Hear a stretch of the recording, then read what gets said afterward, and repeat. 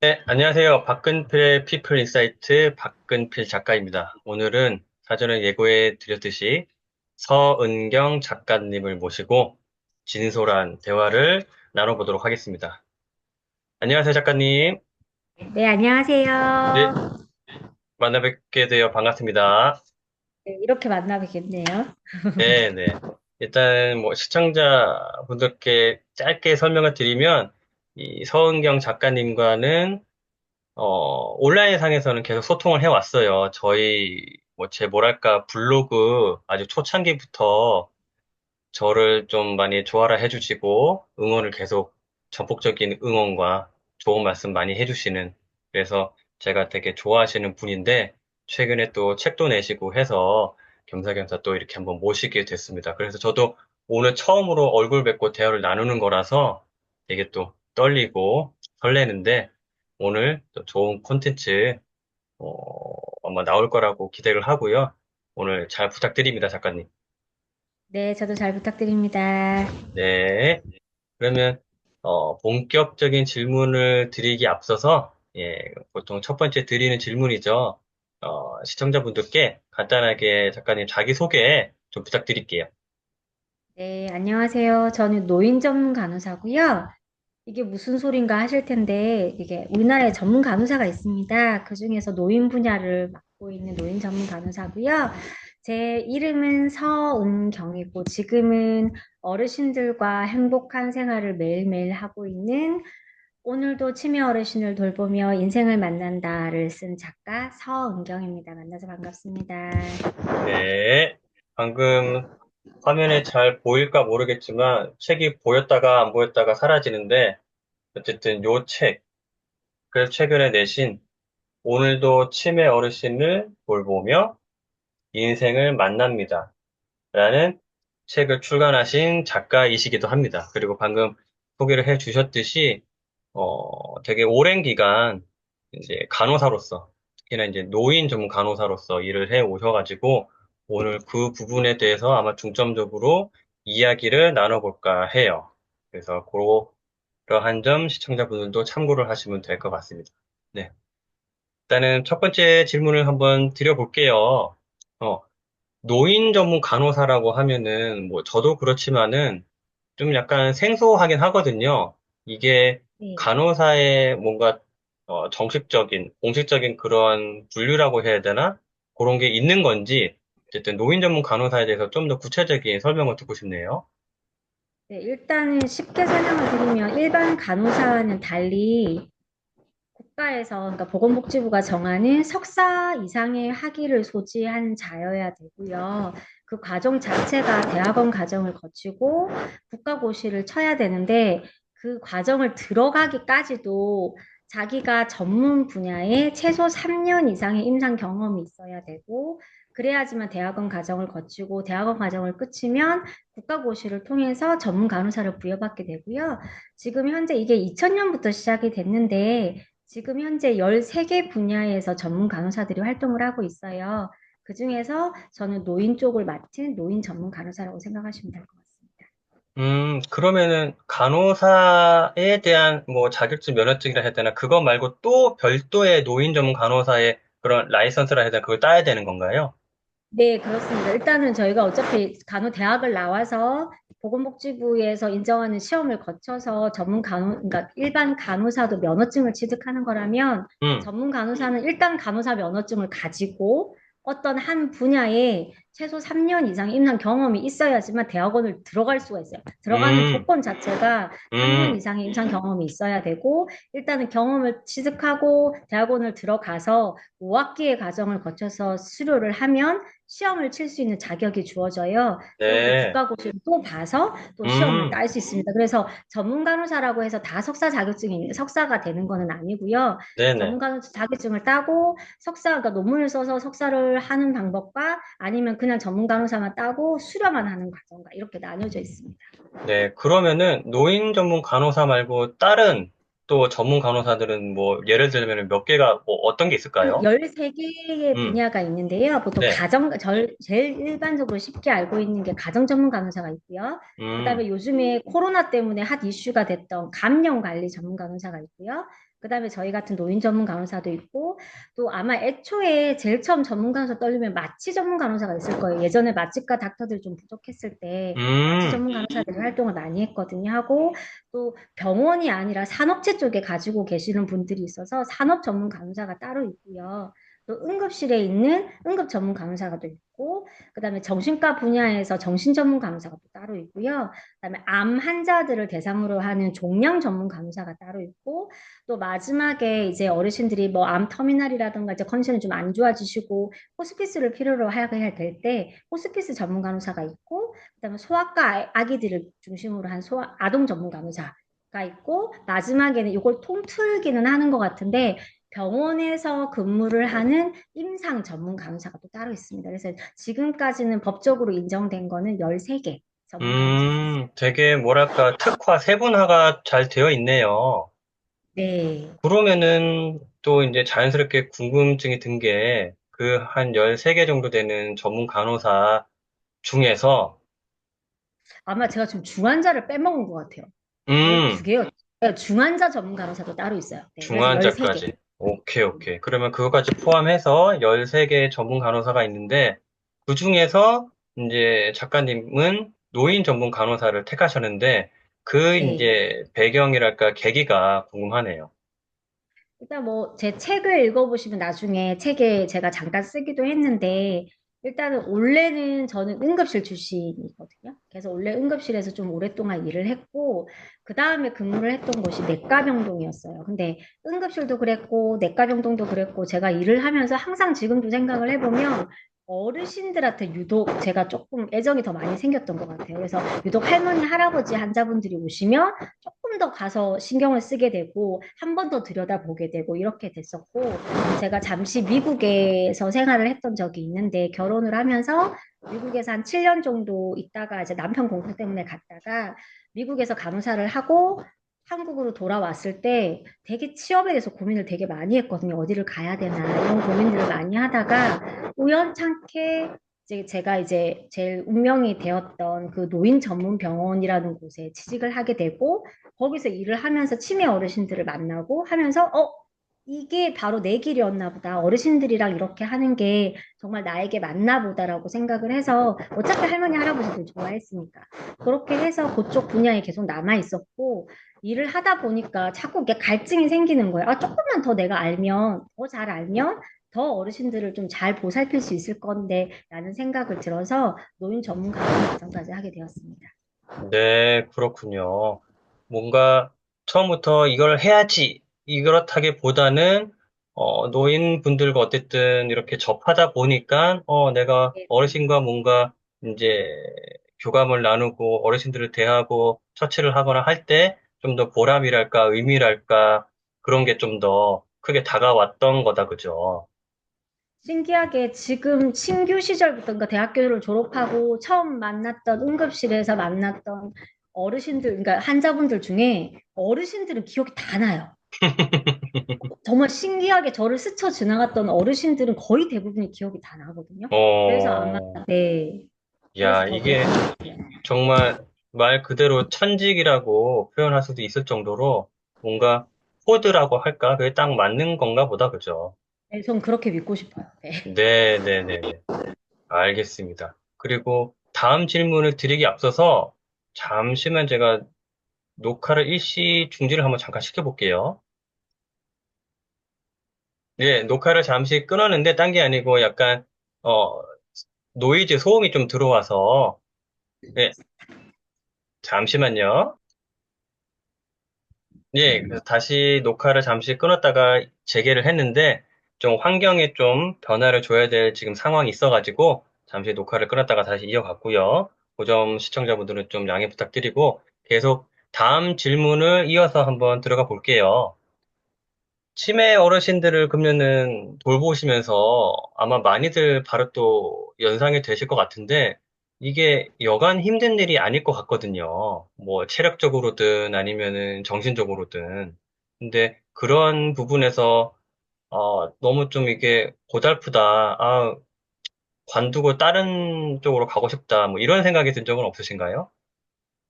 신기하게 처음에 어르신들을 접했을 때는 뭘 모르니까 내가 되게 친절하게 대하는 것 같은데 왜 이렇게 어르신들 나한테 화를 내지? 처음엔 궁금증이었고, 처음에는.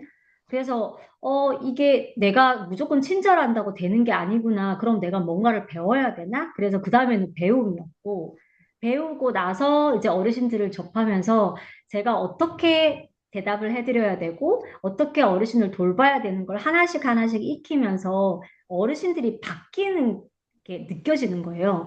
그러니까 막 화를 내시고 침을 뱉고 폭력적이었던 어르신이 이제 저를 보시면 자동스럽게 웃어주시고 막 화를 내시다가도 제가 가면 손을 뻗어서 저를 안아주시고 이런 것들을 계속 경험을 하다 보니까 아, 이건가 봐. 이게 내 길이고, 이렇게 나는 계속 여기에 있어야 되라는 생각이 들고, 그런 음, 분들을 한 번 만날 때마다 되게 감사하기도 하고 행복했어요. 그래서 제가 음, 오늘도 솔직히 엄청 힘든 일이 있었는데, 선생님들이 너무 힘들어 하시고 하는 와중에, 이제 제가 가서 이제 어르신을 진정을 시키고, 안아드리고 했는데, 그 좀 전까지 막 악을 쓰시고 온 몸에 식은땀을 흘리면서 막 하셨던 어르신이 제품에 안겨서 있다가 소곤소곤해지시더니 나중에 고마워 이렇게 하시는 거예요. 근데 그 음, 순간에 그 희열이라 그러면 좀 이상할 것 같기는 한데 그런 느낌들이 있어요. 근데 이거를 저뿐만이 아니라 어르신을 돌보시는 많은 분들이 좀 느꼈으면 좋겠어요. 그래서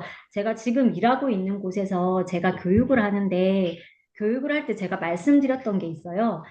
이런 제가 느꼈던 이런 기쁨과 이런 감사함들을 여기 계시는 제 직원들도 다 느꼈으면 좋겠다. 그러면 아마 이곳에 있는 것이 힘들거나 고달픈 게 아니라, 아, 오늘은 또 어떤 일이 생길까 되게 새로움과 신기함으로 출근하는 발걸음이 되게 가벼워질 거라고 제가 말씀을 드린 적이 있거든요. 그래서 이거를 제발 경험들을 해봤으면 좋겠어요, 정말.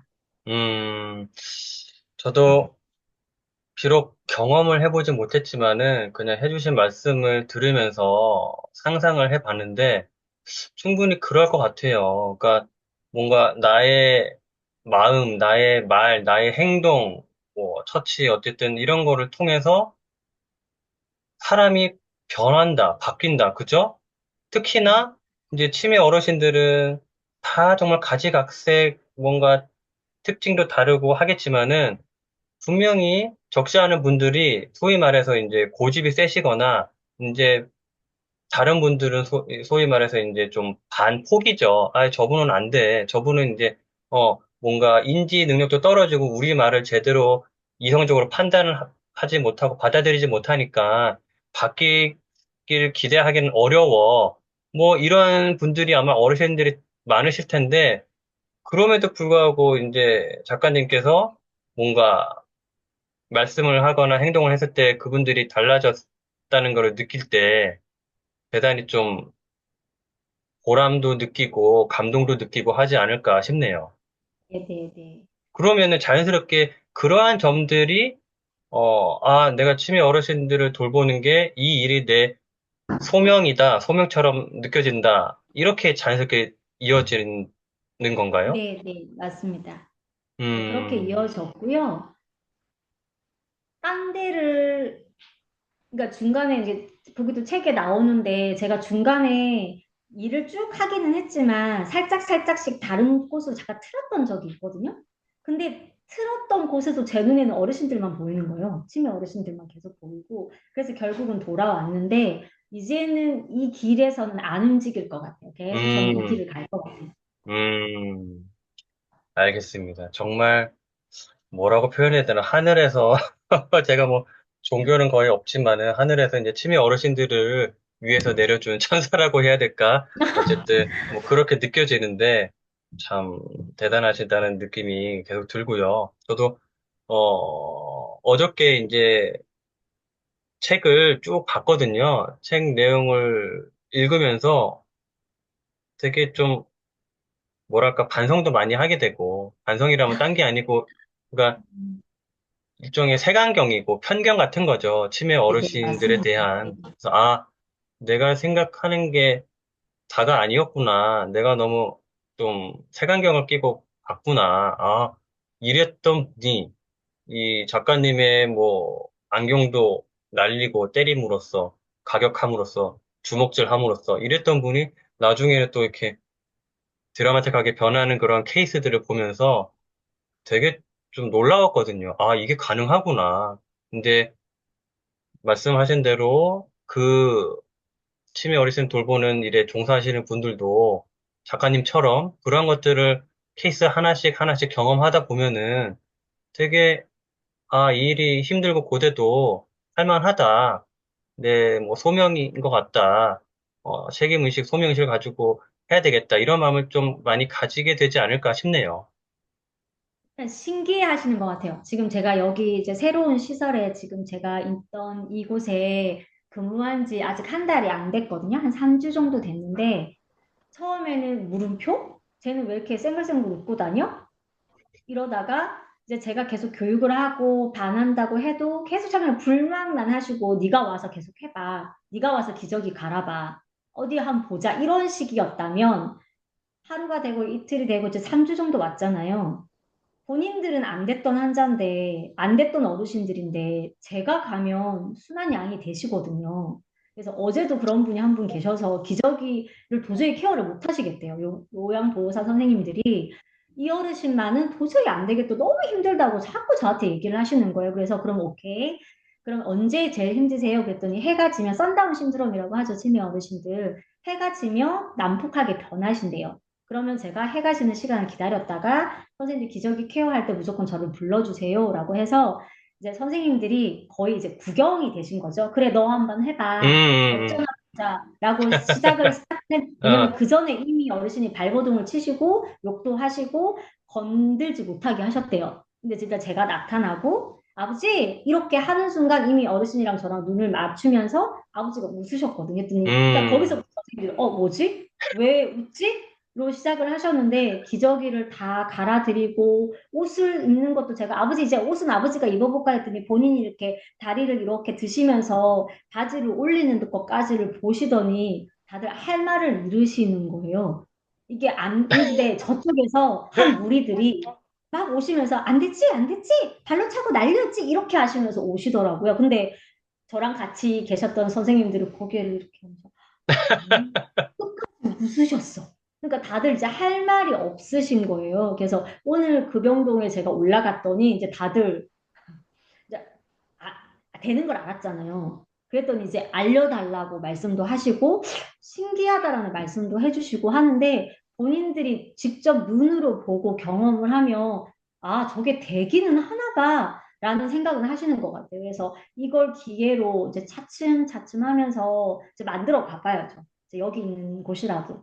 야, 정말 일종의 매직 타임이네요. 예.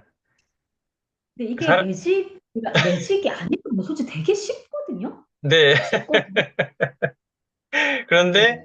이제 다른 사람들이 봤을 때는 그분들도 분명히 크고 작게 노력을 했을 거란 말이죠. 그런데 네. 대다수가 또는 다수 거의 뭐 전부 다가 실패 내지 그런 식으로 이제 포기를 하게 됐는데 그래서 아마도 뭐 이런 심정이었겠죠. 그래, 네. 뭐 너라고 별거 있냐? 한번 해봐라.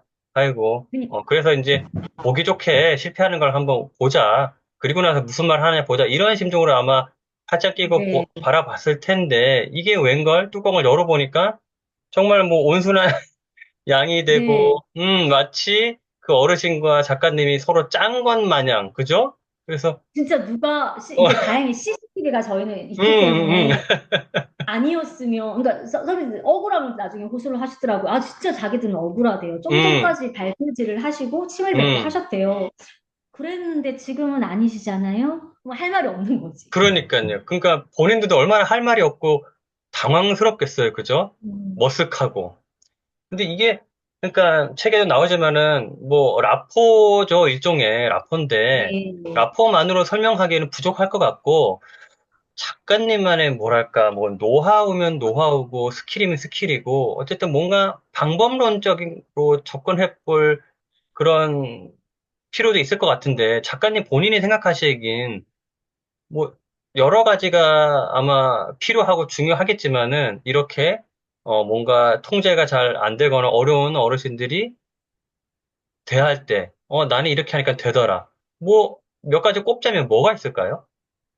그게 제 책 이제 마지막에 나오죠? 제가 지금 제 특허 신청도 했는데 이게 특허가 쉽지가 않더라고요. 그러니까 음, 이게 대기 번호가 처음에 20만 몇 번에서 시작을 했는데 어이구, 제가 어제 들어가서 봤더니 이제 9만으로 내려왔더라고요. 어, 20만에서. 작년에 신청을 했는데 지금은 이제 10만에서 조금 내려와서 9만 뭐 몇 번 번호가 있더라고요. 그래서 음, 처음에 신청을 했을 때 한 1년 8개월 정도 걸린다고 처음에 홈페이지에 돼 있기는 했거든요. 이게 그래서 제가 뭐, 일단은 신청한다고 바로 되는 게 아니군요. 아니에요. 네, 그래서 제가 특허 저기 제가 로고를 일부러 만들어서 특허도 냈고 지금 이제 교수님들하고도 제가 지금 박사과정 학생 중인 학생인데 교수님들하고도 저는 이걸로 논문을 꼭 쓰고 싶습니다라고 얘기를 한 방법인데 배시라는 거예요. 네네, 배씨. BESH 배시라고 이게 알바니어 그러니까 제가 만들고 혹시나 싶어서 찾아봤더니 알바니어에 BESH라는 게 있고 이게 발음이 배시더라고요. 이게 알바니어로 이해라는 뜻인데 음, 마침 정말 그렇게 만든 것처럼 저는 그냥 어, 앞글자만 딴 건데 그러니까요. 이야, 네, 이게 앞글자만 딴 건데 이게 딱 신기하게 딱 맞아 떨어져가지고 그러네요. 네, 그렇게 해서 제가 일부러 특허 신청을 했던 거고요. 배씨는 정말 쉬워요. V가 보이스거든요. 네, 그래서 보이스. 목소리. 그러니까 사람이 제일 마지막까지 남는 기능이 감각 기능이 청각이잖아요. 그래서 그렇죠. 저도 청각에 초점을 맞춰서 솔직히 눈에 보이는 것보다 들리는 목소리가 우선이라고 생각을 했어요. 지금 음, 생각해 보면 늘 제가 그러니까 제 목소리가 약간 하이톤이잖아요. 음, 특히 어르신들 앞에 가면 더 하이가 되거든요. 근데 그 음, 하이톤으로 항상 제가 어르신들 병실로 문을 열고 들어가면 항상 얘기했던 게 안녕하세요. 서은경입니다. 오늘은 음, 2025년 이거를 제가 매일 했어요. 근데 음, 이렇게 하다 보니까 어르신들이 이제 제 목소리에 익숙해지신 것 같아요. 그래서 이 목소리가 들리면 서은경. 그리고 제가 항상 제 이름은 서은경입니다를 하고 다녔더니 이제 어르신들이 제 이름을 기억을 잘 해주시더라고요. 그래서 음. 제가 처음에 시작하는 거는 그래서 목소리. 그럼 V에서 목소리의 뭐, 목소리. 높낮이도 중요하겠고, 톤도 중요하겠지만은, 목소리를 자주 노출시키는 것도 중요하네요. 근데 음, 아시겠지만 원래 노년이 되면 노인이 되면 청각이 기능이 감소를 하는데 제일 처음에 하이톤부터 사라진다고 되어 있거든요. 그래서 약간 중저음의 낮은 목소리로 천천히 얘기하라고 교과서에는 되어 있는데 음, 그런 식으로 따지면 어르신들은 제 목소리를 못 들으셔야 돼요. 음, 근데 와상 어르신들도 그러니까 누워 있고 거의 이제 활동을 못 하시는 분들도 제 목소리가 들리기 시작하면 두리번 거리시거든요. 누가 음, 어디지? 그러니까 저를 찾으시는 거거든요. 그래서 음. 저는 그거에 대해서 저는 반대를 합니다. 동의를 그러네. 하지 않아요. 그러니까 이게 뭐 이론과 현장의 그러니까 응. 글이네요, 이게. 네, 의학적으로는 정말 음, 중저음 잘 들으실지 모르지만 낮은 목소리의 남자 목소리들보다 오히려 제 목소리에 더 반응을 하시는 걸로 봐서는 음, 익숙한 거, 그 다음에 늘 다정다감하게 다가왔던 사람, 음, 반복적이었던 거, 그게 더 중요하다고 생각을 해요. 그래서 계속 노출을 시키고, 그리고 나는 안전한 사람입니다. 당신을 음, 도와주려는 사람입니다라는 메시지를 주는 그런 목소리가 중요하다고 생각을 해요. 그래서 제일 처음은 보이스였고요. 그다음에 이는 목소리만 들렸는데 사람이 안 보이면 불안하잖아요. 어디선가 뭔가 소리는 나는데 내 음, 눈앞에 보이지 않으면 불안하잖아요. 음. 그래서 목소리와 함께 항상 다가가서 눈 마주춤. 그래서 아이 컨택이거든요. 그래서 아이 항상 컨택. 시선을 맞춰서 어르신을 좀 바라봐 주셨으면 좋겠다라는 의미에서 아이 컨택을 했고요. 왜냐면 말은 하는데 내 시선은 딴 데로 가 있으면서 형식적으로 그러니까 그렇죠. 얘기 쉽게 예를 들면 저희 이제 간호사들이 제일 많이 하는 게 주사인데 보통 여쭤봐요. 제가 주사노로 가면 얘기를 다 한대요. 설명도 다 하고. 그러니까 하는데 난 주사를 놓을 거라서 얼굴은 쳐다보지 않고 습관적으로 안녕하세요. 주사노로 왔습니다. 팔부터 가게끔 되어 있거든요. 대다수가 근데 그럴 것 같은데요. 네, 네, 그게 아니라 네. 항상 먼저 가면 어르신 눈을 마주치고 다시 음, 한번 안녕하세요 어르신 이렇게 인사를 하는 거죠. 그래서 눈을 음, 마주치면 쳐다보세요. 같이 목소리 들렸지? 내가 눈으로 가까이 가면 저를 같이 음, 쳐다봐 주시거든요. 그때 이제 필요한 게 스마일, 음, S거든요. 그래서 음, 갑자기 인상을 팍 쓰고 있거나 무뚝뚝한 표정으로 지으면 방금까지 목소리도 들렸고 눈까지 맞았는데 표정은 싸나워. 그럼 이제 어르신이 불안해지기 시작하거든요. 쟤 음, 누구지? 왜 이렇게 낯설지? 이렇게 생각하시는데 웃어야죠. 내가 지을 수 있는 최대의 미소로 웃으면서 안녕하세요. 이렇게 하면서 다가가는 거죠. 그래서 음, 스마일이라고 꼭 말씀을 드리고 싶고요. 이거는 동일해야 돼요. 내가 기분이 안 좋다고, 내가 좀 전에 어떤 안 좋은 일이 있었다고, 내가 혹시 속상한 일이 있었다고, 내가 슬프다고 표정이 변하면 어르신들은 불안할 수밖에 없어요. 그래서 저는 계속 웃으라고 하거든요. 어르신들 앞에서는 제발 웃어주세요라고 말씀을 드리거든요. 그래서 세 번째는 스마일이었고, 마지막은 여기까지만 하면, 이거는 누구나 할 수 있어요. 누구나 할 수 있고, 여기까지만 하면 참 여기까지만 해도 정말 훌륭한데, 그 그럼요. 다음은 H가 허그거든요. 네, 허그. 저는 어르신들도 많이 안아요. 스킨십이 조금 잦는데, 그렇다고 무턱대고 처음 보는 사람을 안으면 당연히 거부하실 거예요. 근데 네네. 이제 처음에는 손을 잡아드린다거나 아니면 이런 데 몸을 이렇게 터치를 하면서 자연스럽게 터치를 하면서 쓰다듬는 준다거나 이렇게 하다가 자연스럽게 익숙해지시면 그 다음에 허그. 근데 이제 음, 안아드려 보니까 이제 어르신들이 이제 자동이에요. 제가 제 목소리가 들리고 가까이 가면 다들 이렇게 손 벌리시거든요. 음, 아니라고 음, 안아달라고 하시고 저쪽에서도부터 제가 어머니 이렇게 부르면서 가고 있으면 벌써 저쪽에서 휠체어에 앉아서 손 벌리고 계시거든요. 어르신들이 안아달라고. 그래서 이것도 솔직히 반복이거든요. 반복이고 내 몸에 익으면 내가 억지로 머릿속으로 아, V가 뭐였고 E가 뭐였고 이렇게 하지 않아도 자동으로 네 개가 돌아간다는 거죠. 그래서 쉽잖아요. 이거 못하는 사람 아무도 없잖아요. 너무 쉽잖아요.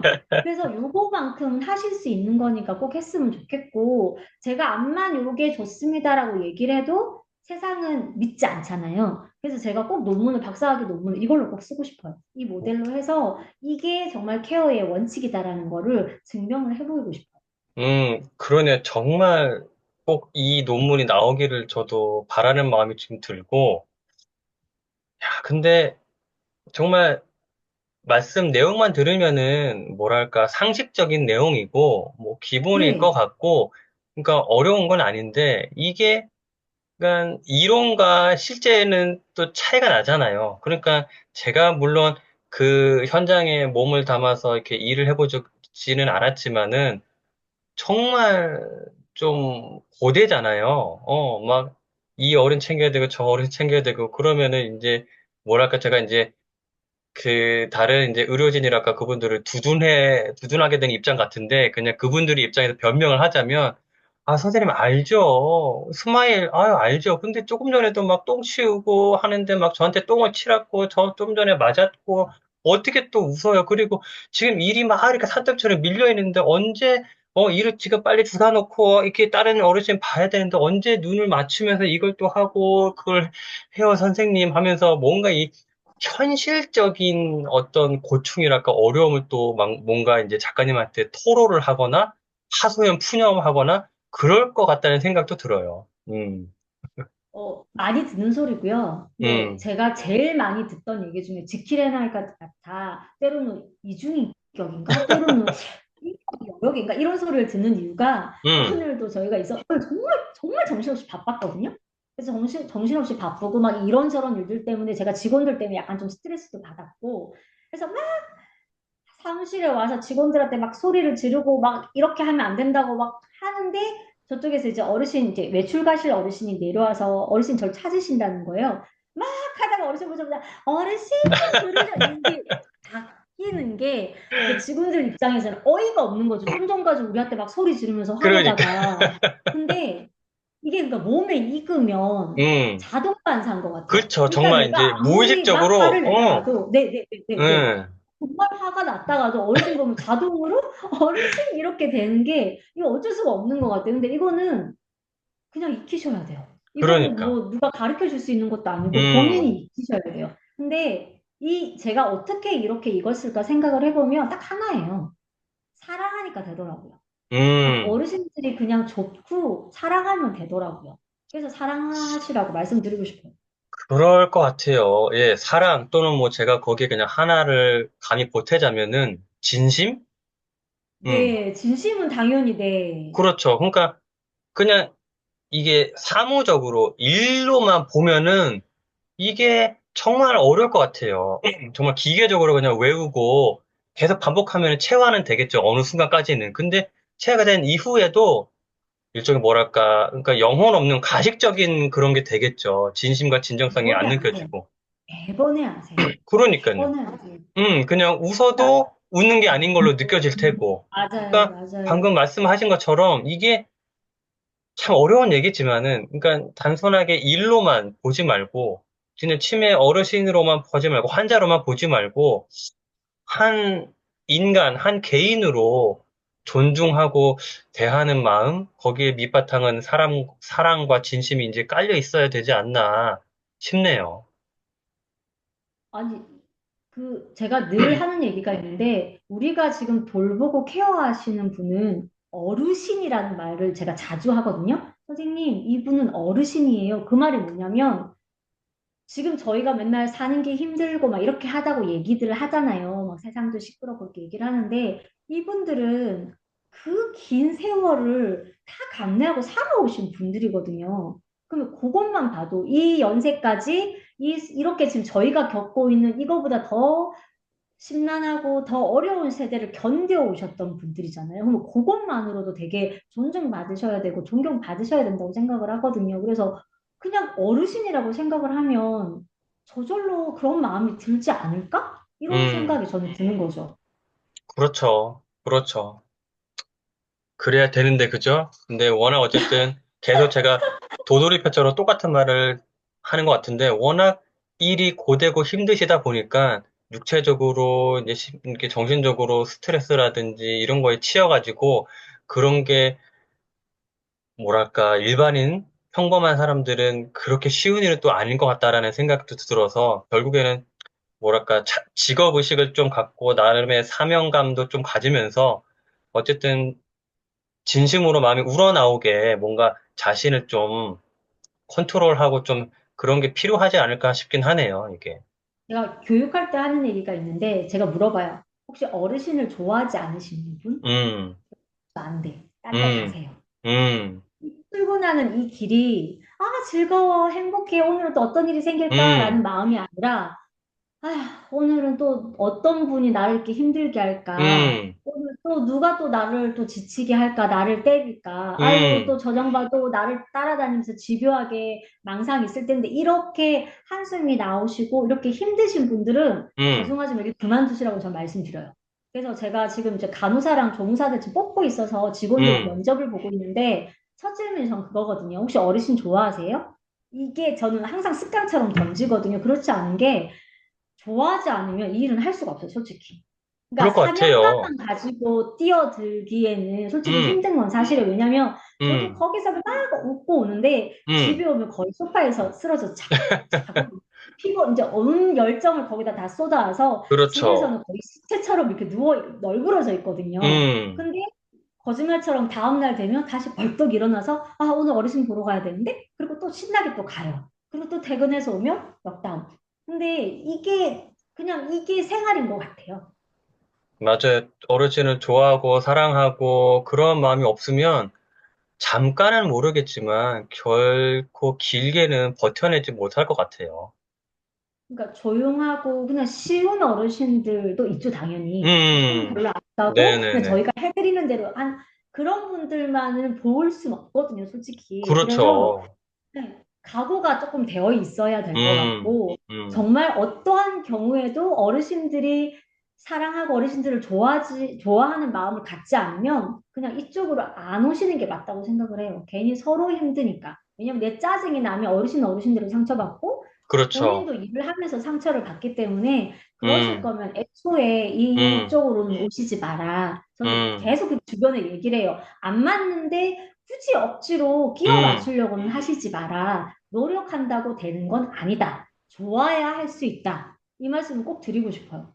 네, 이 치매 어르신 돌봄이랄까, 케어랄까, 이쪽에 관심 있는 분들은 꼭 새겨드려야 할 말씀이지 않을까 싶네요. 뭐 다른 어떤 직종이나 분야도 자신이 좀 좋아해야 되고 적성이 맞아야 되고 이런 게 중요하고 필요하겠지만은 특히나 지금 오늘 대화를 나누고 있는 이 분야, 이 업종만큼은 더 크게 필요하지 네, 않을까라는 생각이에요. 돌봄이니까요. 그래서 그렇죠. 아이와 노인을 좋아하지 않으면 음, 아이는 당연히 어린이집 유치원에 가시면 안 되고 음, 노인을 좋아하지 않는데 이쪽 분야에 와 계시면 안 되는 거거든요. 그래서 그거는 그렇죠. 조금 네, 구분을 하셨으면 좋겠어요. 맞습니다. 다 뭔가 와닿는 말씀이어가지고, 책을 또 읽다가 보니까 또 그러한 내용이 또 나오더라고요.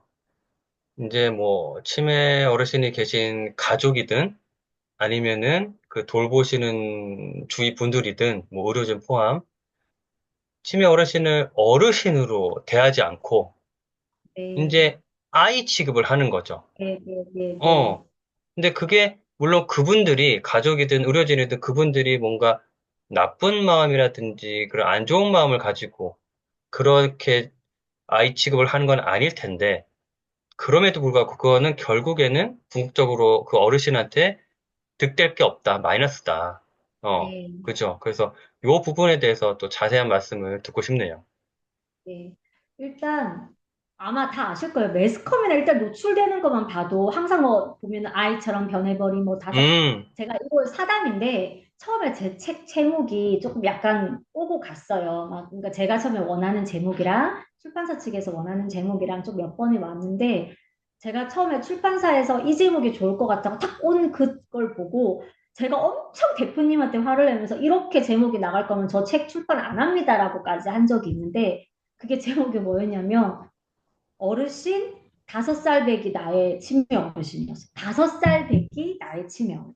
그러니까 음, 5살 배기라는 그 단어 때문에 제가 엄청 화를 냈거든요. 내 책을 읽어보신 것 맞냐? 내 원고를 제대로 보신 것 맞냐? 어르신에 대한 존중 없이 어떻게 어르신을 5살 배기라는 표현을 쓰냐? 나는 이런 식의 제목이며 저는 출판 못합니다라고 제가 말씀을 드렸어요. 왜 그랬냐면 생각을 해보시면 치매 어르신들이 인지력이 떨어지는 건 사실이에요. 그래서 진압력이 없으시고 사람에 대한 구분도 없으시고 날짜 감각 없으시고 행동이나 이런 게 조금 어눌해 보이실 수도 있어요. 며칠인지도 모르시고 방금 알려드렸는데 또 똑같은 거 또 질문하시고 이렇게 하실 수 있어요. 근데 그렇다고 해서 그분이 아이는 아니거든요. 그러니까 내가 지금 행동이 어려진다고 해서 낮아진다고 해서 내가 여지껏 이 나이까지 살아온 그 세월이 통째로 없어지는 게 절대 아니거든요. 그냥 그 어르신이고 치매라는 질병을 앓고 계시는 분인데 많은 사람들이 그거를 자꾸 잊고 지금 어르신들이 지금 눈에 보여지는 그 행동에만 나이를 자꾸 껴맞춰서 그렇게 대해야 된다고 생각을 하는 것 같아요. 그래서 참, 뭐, 한 예를 들면 식사 보조를 하는데 어르신이 막 흘리기도 하고 또 수저질을 잘 못하시니까 손으로 이렇게 집어 먹으려고 하고 이런 행동을 보인다고 하면 알려드려야죠. 어르신, 여기 수저가 있어요. 이렇게 손에 쥐어주신다거나 아니면 수저는 제가 먹여드릴 테니까 입만 좀 벌려주세요. 아, 이렇게 먹여드리면 되는데 그게 아니라 탁 뺏어서 그냥 아무 말 없이 이렇게 먹여준다고. 그러니까 애한테 하는 행동이죠. 이거는 왜 너는 수저줄도 안 돼? 내가 먹여줄게라는 거랑 별반 다르지 않거든요. 그래서 항상 내가 케어하는 분이 아까도 말씀드린 것 같은데 어른이라는 거를 제발 좀 기억을 해주셨으면 좋겠어요. 근데 많은 사람들이 그렇지 못하고 또 어르신들이랑 친밀감을 표현한다고 하더라고요. 그러니까 제가 며칠 전에도 저희 직원이 그랬어? 아, 그러니까 자기 딴에는 공감을 해준다고 하고 있는데 처음 듣고서 다 반말인 거예요. 그래서 선생님, 그랬어, 얘. 높임말이 없어요. 다 반말이에요. 어르신이잖아요. 존대해 주세요.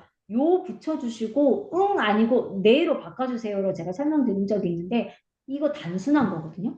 그냥 앞뒤 다 빼고도 그냥 나이로만 봐도 저보다 연배가 높으신 분이고 어른이시잖아요. 그럼 당연히 존대해야 되는 게 아닐까요? 근데 그걸 왜 질병을 앞세워서 그러하니 아이처럼 대하는 것 자체가 저는 말이 안 되고 있을 수 없는 일이라고 생각을 해요.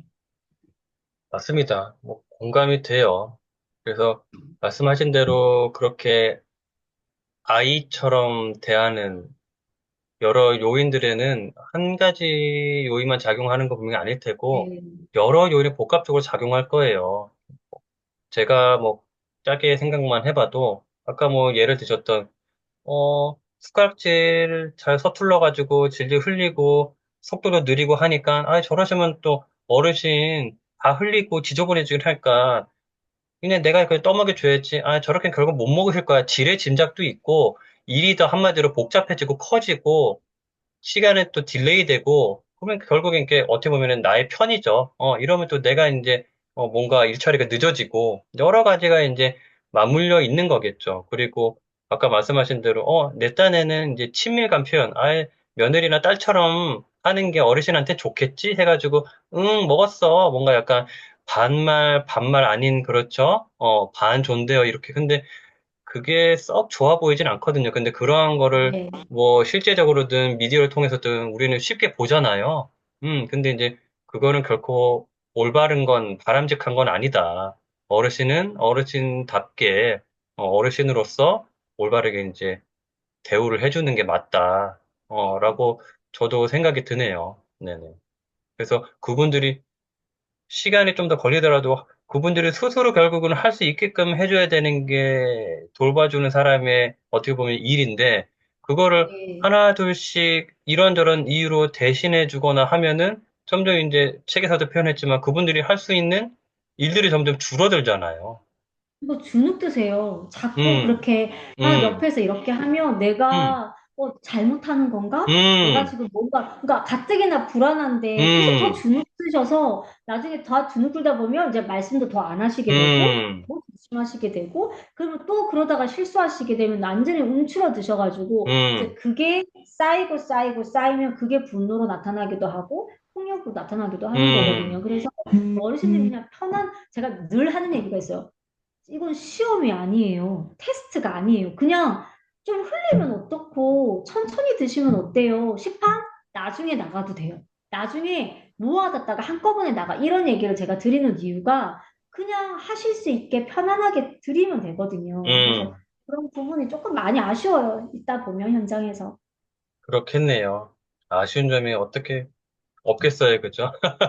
그리고 뭔가 뭐 제가 작가님과 같이 뭐 일을 해본 거는 아니지만은 책을 통해서나 이렇게 대화를 통해서 이제 가늠을 해보면은 뭐랄까 약간의 FM 또는 완벽주의 이런 성향도 있으실 것 같고, 근데 거기에 이제 밑바탕엔 결국 딴 게 아니고 아이 뭐 나 잘났어, 내가 잘해야지, 내가 뭐 돋보여야지, 이게 아니고 결국에는 그래야지 어르신한테 좋으니까 이 네. 이유 때문에 그런 거잖아요. 근데 이제 그거를 이 궁극적인 이 본질을 모르는, 예를 들어 주위 사람들은 이렇게 생각할 수도 있겠죠. 아니, 자기만 잘났어? 누가 그거 몰라? 근데 나도 그렇게 하고 싶어. 근데 뭐 이렇게 해서 그게 어렵거나 불가능하거나 그래서 지금 이렇게 하는 건데 왜 자기만 유독 튀어? 어우, 정말 밥맛이야.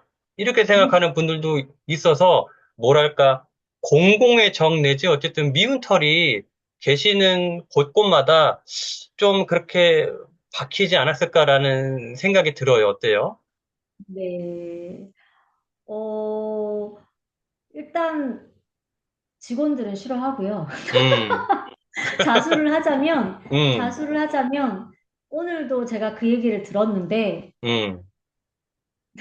과장님이 움직이시면 좋아할 건 어르신밖에 없어요. 라는 그러니까, 얘기 들어서, 왜냐면, 일단 어르신들한테는 음, 어르신들은 좋을 수밖에 없고, 또 하나의 덕을 보는 거는 보호자분들 입장에서는, 아, 음, 이렇게까지 해주시니까 음, 너무 감사하다고 생각을 하는데, 나머지 주변 직원들은 이제 너무 힘들어 하시는 건 솔직히 사실이에요. 왜냐면, 음. 요양보호 선생님 입장에서도 본인들의 루틴의 일이 있고 케어할 이게 순서가 있고 이렇게 있는데 자꾸 음, 제가 그거 우선순위를 끊고 이게 더 우선 선생님 이렇게 하지 말고 저렇게 하세요라고 자꾸 끊으니까 싫을 거고 간호팀 입장에서도 본인의 나름대로 하고 있는데 자꾸 거기에 플러스 플러스가 자꾸 더해지니까 아마 되게 싫으실 거고 제가 요즘에 오래 살 것 같다는 생각이 들어요. 지금 여기 와서 한 3주 동안 욕을 너무 많이 먹어서 아, 나 되게 오래 살 것 같아 라는 생각이 드는데 힘든 건 사실인데 나중에는 아시더라고요. 그러니까 저랑 오래 일했던 이제 선생님들이나 이런 사람들한테 얘기를 들어보면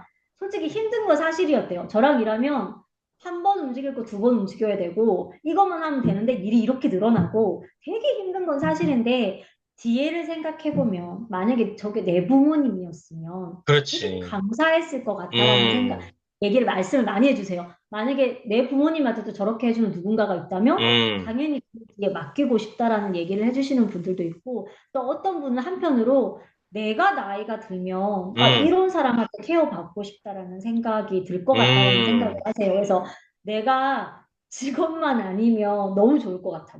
본인이 직업만 아니면 너무 좋을 것 같다라는 얘기를 하세요. 사실 하시는데 네. 근데 어쩔 무슨 수 없죠. 충동을 그죠? 하신다는 거죠? 네, 네. 그러니까 동료들 좀 한테 예를 들어서 좀 인기를 받고 동료들을 좀 편하게 해주기 위해서 어르신한테 조금 소홀하게 된다? 그건 아니잖아요. 그죠? 그건 주객이 전도된 네, 거니까. 그러니까 네. 결국에는 우선순위라는 게 있는데 당연히 영순위는 어르신한테 맞춰줘야 어르신, 되는 거고 네, 그러다 네, 보니까 부득이하게 동료들은 좀 피곤해지는 건데 그거를 이제 네. 동료들이 잘 뭐랄까 좀 이해를 해주는 게 필요할 것 같아요. 근데 이제 거기서 만약에 동료들이 이해를 못 해주거나 아니면 이제 그걸 넘어서 오해를 하기 시작하면은 네, 정말 네. 서로가 피곤해지는 거죠. 그래서 이제 누누이 말씀드려 저한테 1순위는 어르신들일 수밖에 없지만 어르신들이 편안해지면 음, 케어하는 사람도 편안해지거든요. 그러니까 예를 들면 그렇죠. 막 폭력적이고 난폭한 어르신들만 계시면 케어하는 게 힘들잖아요. 근데 음, 우리가 변해서 어르신들이 편안해지시면 음, 선생님들이 손이 덜 가는 거예요. 음, 기저귀 케어할 때도 거부가 없으시면 혼자 해도 충분히 가능하고 목욕시킬 때도 만약에 거부가 없으시면 혼자 시켜드려도 충분하거든요. 그러면 일하는 사람도 편해질 수밖에 없거든요. 그래서 음, 지금 당장 눈에 보이는 게 조금 내 몸이 지치고 힘들 수는 있지만 이게 음. 내 몸에 있고 어르신들이 이제 평안을 찾으면 그 다음엔 결국에 선생님들이 편해지시는 거다. 저는 그걸 원하는 거라는 말씀을 계속 드려요. 그래서 믿고 조금만 따라와 주셔라. 그게 접히는 그때까지는 분명히 시간은 걸릴 거예요. 이게 뭐 갑자기 하루아침에 일주일 만에 한 달 만에 기적처럼 일어날 수 있는 일은 아닌지라 제가 해보니까 어르신이 들어오시고 어르신과 적응을 해서 어쨌든 어르신과 라포 형성이 되고 하는 게 최소 3개월은 걸리고요. 만약에 폭력적이신 분이다. 그러면 이분이 약물 치료도 물론 중요하지만 어쨌든 우리랑 조금 조화롭게 어느 정도의 이렇게 합을 맞추는 시간이 6개월은 걸리더라고. 그래서 선생님들과도 마찬가지다. 우리가 손발을 맞춰서 어르신을 안정화 찾으려면 한 6개월의 시간은 달라. 근데 그 이유는 내가 보장한다. 선생님들도 편하고 당연히 어르신들은 행복하고 이걸로 계속 말씀을 드리는데 아마 하루가 천일 같으실 거예요. 지금 이제 하고 계시는 분들은 언제 끝나 하실 거예요. 그렇죠. 이게 사람인지라 어쨌든 일이 만약에 네, 다섯 개였는데 일이 갑자기 일곱 개, 열 개가 되면은 어쨌든 아유, 피곤하다고 생각이 드는 건 당연한 거고, 그죠? 네, 네. 그러면 좀 그냥 가만히 있거나 아니면 중간만 가도 될 것 같은데 왜 저렇게 일을 더 버려서 만들지? 뭐 이렇게 생각이 들 수도 있고. 근데 말씀하신 대로 이게 결국에는 길게 봤을 때는 결국 우리한테 결국에는 플러스로 또 돌아오는 거. 이익이죠. 네, 어르신은 네, 물론 네. 이거니와. 근데 이제 네, 그 네. 긴 안목이 필요한데 그게 당장은 잘 체감이 안 되고 안 보이는 거죠. 당장의 이제 고됨과 피곤함만 이제 체감이 되는 거니까 그게 참 어려울 것 같네요. 알겠습니다. 여러, 여러 어르신들을 이제 배워오고 케어를 하셨는데, 뭐 정말 수많은 어르신들이 기억에 남겠지만은, 뭐 그중에서 또 그때그때 예를 들어 어제 이 질문을 드리면은 A라는 어르신이 대답이 나올 수도 있고, 내일 드리면 B라는 어르신이 대답이 나올 수도 있지만, 어쨌든 지금, 질문을 드리자면은, 유독 이분은 좀 기억에 남았다. 뭐 어떤 이유든 간에, 뭐 그러신 분이 있을까요? 어때요? 치매 어르신 일단 중에서. 기억에 남는 분들은 제가 책에다 솔직히 다 썼어요. 거의 다 썼고, 근데 뭐 책에 나와 있는 어르신들 중에서 굳이 얘기를 아니야. 책에 나와 있는 건 나중에 책을 읽어보시면 될 것 같고, 네네네. 근래에 제가 지금 이곳에 와서 음, 3개월 동안, 이거 3주 동안 있으면서 기억에 남는 분이 한 분 계신데, 이거는 제가, 그러니까 제 자신에 대한 약간 아쉬움도 있었고, 또 음, 한편으로는 정말 존엄 케어라는 게 뭘까라는 물음표를 계속 가지게 했던 어르신이 한 분 계시는데, 입원하신 지는 입원 일주일 정도밖에 안 되셨던 분인데, 올 때부터 이제 안 좋으신 분이었어요. 이제 오늘 내일 돌아가실 수도 있을 정도의 컨디션으로 가지고 입원을 하셨는데, 식사가 안 되시는 거예요. 그래서 어쨌든 병원으로 옮겨지고 막 이런 과정에서 저희가 그 L튜브라고 하는 콧줄을 하고 오셨어요. 근데 저희 쪽에 오시자마자 자꾸 이걸 빼시는 거예요. 그러니까 식사를 입으로 못 하니까 코로 드셔야만 하는데 계속 콧줄을 빼시고 하는 말씀이 내가 지금 가야 되는데 죽어야 되는데 네가 자꾸 왜 이거를 하냐? 나는 음, 죽어야 되는데라는 말씀을 하시고 음, 산소 포화도 수치가 떨어져서 산소를 해드렸더니 계속 산소도 거부를 하시는 거예요. 그러면서 음, 저만 보면 네가 나를 자꾸 살리니까 내가 못 가지 않느냐. 나는 죽을 건데 이거 음, 하지 마라.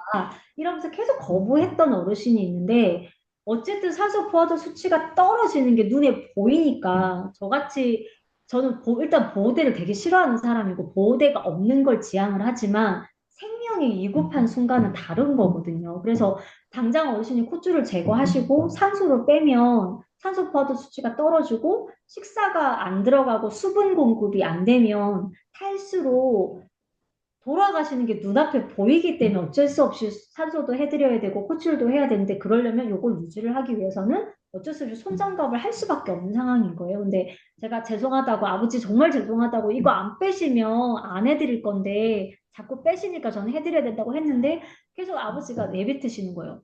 내가 무슨 죄를 지었길래 내가 가는 것도 마음대로 못 가게 하느냐 이런 말씀을 계속 하셨는데 솔직히 제가 이게 며칠 전에 그날 울었어요. 되게 많이 막 울면서 아버지 저도 너무 하기 싫은데 근데 지금 산소를 제거하시고 이걸 빼면 아버지 돌아가신다고. 근데 이렇게 돌아가시면 안 돼요. 라면서 제가 울면서 보호대를 착용을 하고 뒤돌아서는데 제 뒤통수에 대고 너 때문에 내가 가야 할 때를 못 간다. 너 그러면 안 된다고 계속 얘기를 하시는데 그게 저는 계속 마음에 남는 거예요. 그래서 제가 그날 울면서 보호자분한테 전화를 드렸어요. 전화를 드려서 이런 상황인데 아버지가 계속 호출도 제거하시고 산소도 제거하시려고 해서 어쩔 수 없이 소목 보호대를 할 수밖에 없었는데 저는 이게 맞는지 모르겠다고 보호자분은 이게 맞는지 모르겠어요라고 했는데 따님도 저랑 같이 우시면서 선생님 마음도 이해가 되고 아버지가 왜 그러실까요? 하면서 이게 서로 울었어요. 울었는데 어쨌든 결론은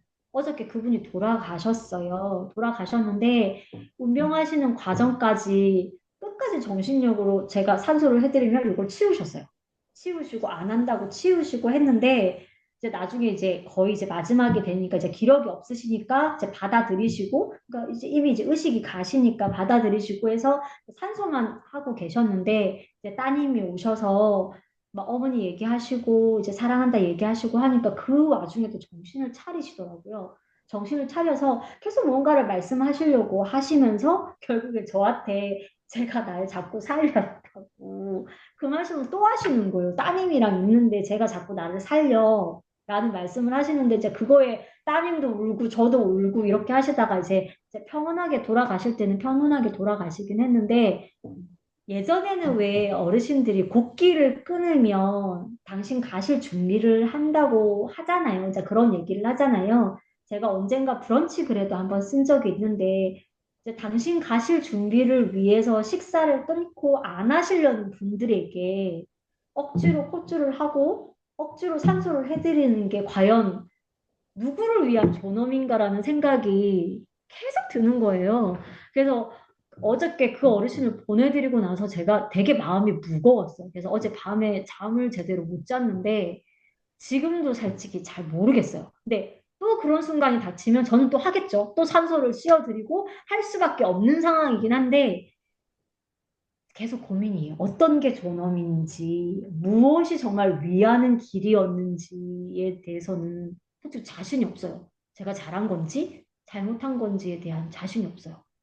아, 말씀을 들으면서 저도 여러 생각이 들고 몇 가지 질문을 떠오르고 했는데 중간에 또 까먹을 수도 있지만 어쨌든 까먹기 전에 제가 이런 의학적 내지 의학 법적 이런 상식이 또 부족하다 보니까 예를 들어서 이런 거 있잖아요. 뭐 사전 연명 치료 의향성가 뭐 이런 거 있잖아요. 네네네. 사전 연명 그거는 의료 요양서. 그거는 예를 들어 정말 말 그대로 의식이 없는 상태에서 그게 효력이 발생하는 건가요? 만약 작성을 했다 치면은 일단 그거는 작성을 했다 치면 그거의 네. 원칙은 딱 하나예요.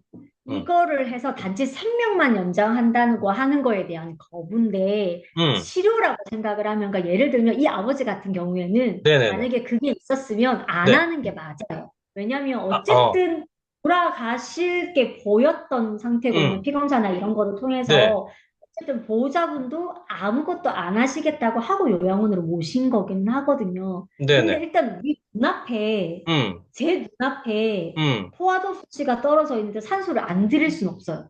일단 어. 산소는 드려야 돼요. 그것까지 안 할 수는 없고, 콧줄은 어. 솔직히 얘기가 달라요. 이거는 생명 유지는 아니었던 거잖아요. 어쨌든 음. 식사용이었기 때문에 음. 이거는 거부하실 수는 있는데 문제는 사전 연명 의료 이양서에 콧줄에 대한 건 없어요.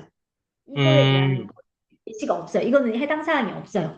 네. 없고 아예 처음에 요양병원이나 이런 데서 말씀을 하세요. 이거는 보호자가 선택할 수 없고 하셔야 되는 거라고 요즘에는 얘기를 하거든요. 왜냐면 식사가 일단 안 되면 가시는 게 하루고 이틀이고 어쨌든 음. 정해져 버리는 거잖아요. 근데 네. 병원에서 모시면서 안 할 수는 없는 일이라서 해야 되는 음. 거고. 저희는 문제가 뭐냐면 이런 게, 그러니까 산소는 상관이 없는데 뭐 콧줄이나 이런 게 의료행위라서 음. 제가 노인정보 간호사이긴 하지만 요양원에서는 안 돼요. 그래서 가정간호사가 들어와서 해야 돼요. 그러니까 이런 아. 법적인 게 되게 얽혀 있어서 한 번 할 아. 때는 저희 다시 콜을 해야 돼요. 그 간호사를. 그러니까 이런 음. 복합적인 게 막 얽혀 있는 거예요. 그 안에, 그 조그만한 안에. 그래서 여러 가지 음. 법. 그래서 제가 이 얘기도 꼭 하고 싶었는데 우리나라 법이 되게 웃기는 게 간호법은 있지만 정확하게 지켜지지도 않고 그 간호법안에 법규를 보면 왜 간호법이 만들어졌는지 잘 모르겠는. 그러니까 예를 들면 저는 전문 간호사하고 충분히 공부를 했음에도 음. 제가 요양원에 딱 가는 순간 뭐 병원에서도 마찬가지긴 한데 제 의미로 제가 할 수 있는 처치는 솔직히 아무것도 없어요. 법적으로. 아무것도 없어요. 눈앞에 뭘 해야 되는지도 알고 하는데 제가 할 수 있는 게 법적으로 아무것도 없어요. 그러니까 이런 정말 거부터 조금 넌센스다, 그죠? 네, 네. 그건, 그래서 제가 코치를 못하지도 않고 일반 간호사 다 할 줄 아는데도 불구하고 가정 간호사가 들어와서 해야지만 돼요. 그러니까 이런 법적인 것들이 되게 음. 네, 있어요. 그래서 탈수가 되신 분들 음. 수액만 놔드리면 괜찮은데 그 수액 제가 놓을 수 있으면도 제가 놓으면 안 돼요. 불법이에요. 그래서 이것도 가정 간호사 콜해야 돼요. 아니, 그러니까 이런 거 누구를 위한 법인지가 일단은 잘 모르겠고, 모르겠어요. 네. 그러니까요. 그래서 법을 만드는 사람들의 참 저희를 모르겠는데, 어쨌든 그건 또 그렇다 치고, 아까로 다시 돌아와서 저는 이제 네. 약간의 이제 환자 입장에서 뭔가 빙의라고 할까, 환자 입장에서 한번 제가 대입을 한번 해본 거죠. 그러면은, 내가 예를 들어 뭐 사전 연명 의료, 뭐 그 치료선가 이양서 네. 그거를 이제 작성하지 않았다 쳐요. 그래도 이제 예를 들어 아까 그 어르신처럼 아직 의식은 영유한 편이에요. 그런 네. 상황에서 내가 산소, 뭐, 콧줄은 일단 지루하고, 그래, 내가 산소 이걸 하지 않겠어라고 의사를 명확히 표현했는데, 근데 이게 받아들여지지 않으면은, 내가 만약 환자라고 하면은, 참, 어쨌든 갑갑하고 뭔가 내 권리를 침해당한다고 느껴질 것 같긴 하거든요. 왜냐면은, 사전연명 의료 이양서에도 음. 인공호흡기라고 되어 있어요. 산소가 음. 아니에요. 어. 인공호흡기. 내가 자가호흡이 없어졌을 때 음. 인공호흡기를 다냐 안 다냐지. 어. 지금 산소 포화도가 떨어져서 산소를 하는 거는 해당 사항이 없어요. 그러니까 그러면은 이게 그 말인즉, 그거는 해야 의료인으로서 되는 거죠. 네, 이 얘기를 환자가 해야 거부를 되는 한다 거죠. 해도 그거는 해야 되는 거네요. 네, 네, 해야 되는 그거는. 거죠. 네. 음. 그러니까 그런 그건, 것들.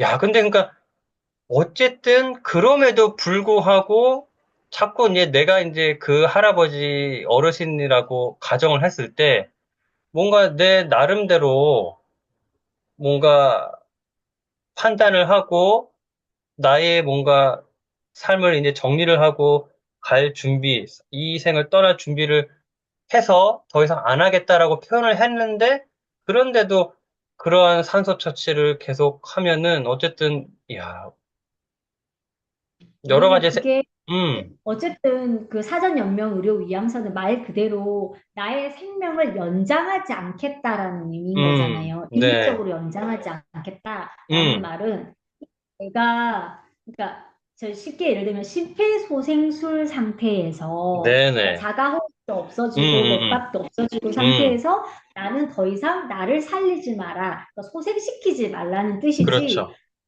있는데 죽는 거를 죽어가는 걸 눈앞에 보면서 멈추라는 얘기는 아니거든요. 그러니까 그러면, 의료진으로서는 살려야 되는 거죠. 그러면은, 다른 예를 들면은, 예를 들어서, 네, 40대 남성분이 교통사고를 크게 당해서 응급실에 왔어요.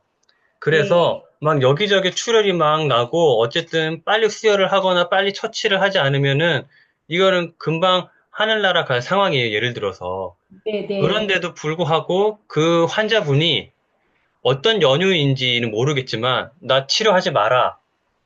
나 안 받겠다. 해도 그건 치료를 해야 된다는 거잖아. 그죠? 해야 돼요. 그러니까 그게 어, 항목에 뭐가 있냐면, 아까 음, 얘기했던 심폐소생술, 그 제일 그, 첫 번째, 그러니까 내가 진짜 다 생명이 끊겼을 때 음, 마지막에 음, 심폐소생을 음, 하느냐 안 하느냐고, 그 음, 다음은 혈액 투석. 음, 그러니까 혈액으로 투석을 해서 이제 신장 기능이 완전히 망가져서 투석을 해야 되는 상황에 나는 이제 투석은 안 받겠다. 요 정도는 음, 거부할 수 있다는 걸 하고, 항암제 투여, 이제 암 환자들 경우에 나 항암 치료 받지 않겠다. 요 정도는 내 의지로 할 수 있다는 거고요. 아까 말씀드렸던 자가 호흡이 없어졌을 때 인공호흡기. 이거는 내가 하지 않겠다. 그 다음에 음, 내가 조절할 수 있는 거, 내가 혈액 수치가 떨어져서, 그러니까 빈혈 수치가 음, 심해져서 수혈을 받아야 되는데, 나 이건 안 받고 싶어. 이렇게 수혈을 거부하는 거. 그 다음에 체외 생명 유지술이라고 해서 내 이제 모든 기능들이 다 망가졌을 때, 심각한 뭐 호흡이 가거나 이렇게 했을 때, 인공적으로 기계를 돌려서 나를 자가 호흡하게 하는 거. 이런 것들을 하지 않겠다? 그 다음에 이제 내가 이제 혈압이 점점 떨어지고 있어요. 이제 떨어지고 이제 곧 갈 거야. 근데 그럴 때 수액은 어쩔 수 없이 맞아야 되나? 그 안에다가 인위적으로 혈압을 올리게끔 하는 그런 강화제는 쓰지 않겠다. 음. 요게 요거예요. 항목이 딱 요거거든요. 그러니까 몇 그러니까 이런 거에 가지를, 대하거나 내가 하지 않겠다라는 음, 거지, 그 외에는 그 한다고 외에는 거부를 해도 의료진은 해야 돼요. 어쩔 수 없어요. 그러네요. 어쨌든 네. 의료진은 생명을 살리는 일을 하시는 분들이니까 네. 환자가 심장 뛰고 있고 자발호흡하고 있는데 치료를 거부한다고 해서 그거를 하지 않을 수는 없는 상황이네요. 없어요. 네. 그 야, 법으로 걸려요. 근데 다시 돌아와서 어쨌든 정말 이제 내일, 소위 말해서 내일 모레 하시는 그 어르신은 계속 산소 마스크든 콧줄을 거부하고 나는 가야 되는데 왜 나의 그거를 길을 막냐? 왜 자꾸 나를 살리냐? 그런 말을 들었을 때 정말 많은 생각이 들었을 것 같아요. 아까 말씀하신 것처럼 과연 그럼 내가 계속 뭐 법을 떠나서 합법 이런 걸 떠나가지고 내가 이거를 계속 어르신의 의사에 반해서 계속 콧줄을 하려고 노력하고 산소 마스크를 하려고 하는 게 과연 맞는 건가? 이게 누구를 위한 건가? 정말 계속 물음표가 둥둥 떠다녔을 것 같아요. 네, 정말 고민이 많아요. 근데 제가 또 싫어하는 보호대를 해야 되는 음, 상황이니까, 이걸 자꾸 음, 뺏으니까, 네. 그 상황 자체가 너무 고통스럽고, 만약에 다시 그런 상황이 닥치면 똑같이 또 고민이 될 것 같아요. 이거 어떻게, 이게 정말 어느 게 맞는지를 모르니까. 근데 아버지가 원래 입원하실 때부터 되게 얼굴이 하얘셔서 딱 봐도 빈혈 환자처럼 보였거든요. 그래서 봤더니 아니라 다를까 수혈 계속 거부하셔서 안 맞으셨다고. 그러니까 그거는 거부해도 돼. 음, 수혈을 음. 본인이 거부해도 되는데 이거는 안 된다는 거지. 근데 그러니까. 이것조차 거부를 하시니까. 야, 참 어렵네요. 야, 그거는, 네, 어렵습니다. 그러니까 이런 게. 의료적인 것, 법적인 것, 그 다음에 뭔가 자신의 가치관이나 철학적인 거, 여러 가지가 이제 복합적으로 작용을 하니까 정답은 없는 것 같고, 근데 네, 어쨌든, 네. 뭔가 해야 될 일을 의무로서 한 거는 당연한 것 같고, 근데 했다고 해서 나 할 일 다 했어. 아유, 뭐 이렇게 속 시원해. 이건 또 아닐 것 같고. 네, 하긴 네. 했는데 법적으로든 뭐든 의료인으로서 뭔가 어쨌든 해야 될 일을 한 것 같은데 뭔가 찝찝하다고 표현해야 되나 어쨌든 이런 거는 뭔가 계속 남을 것 같고 그죠? 네. 야 정말 이거는 어려운 일 같습니다. 정답이 없는 문제라서 참 쉽지 않네요. 네. 다음 질문을 일단 드리면은 또 넘어갈게요.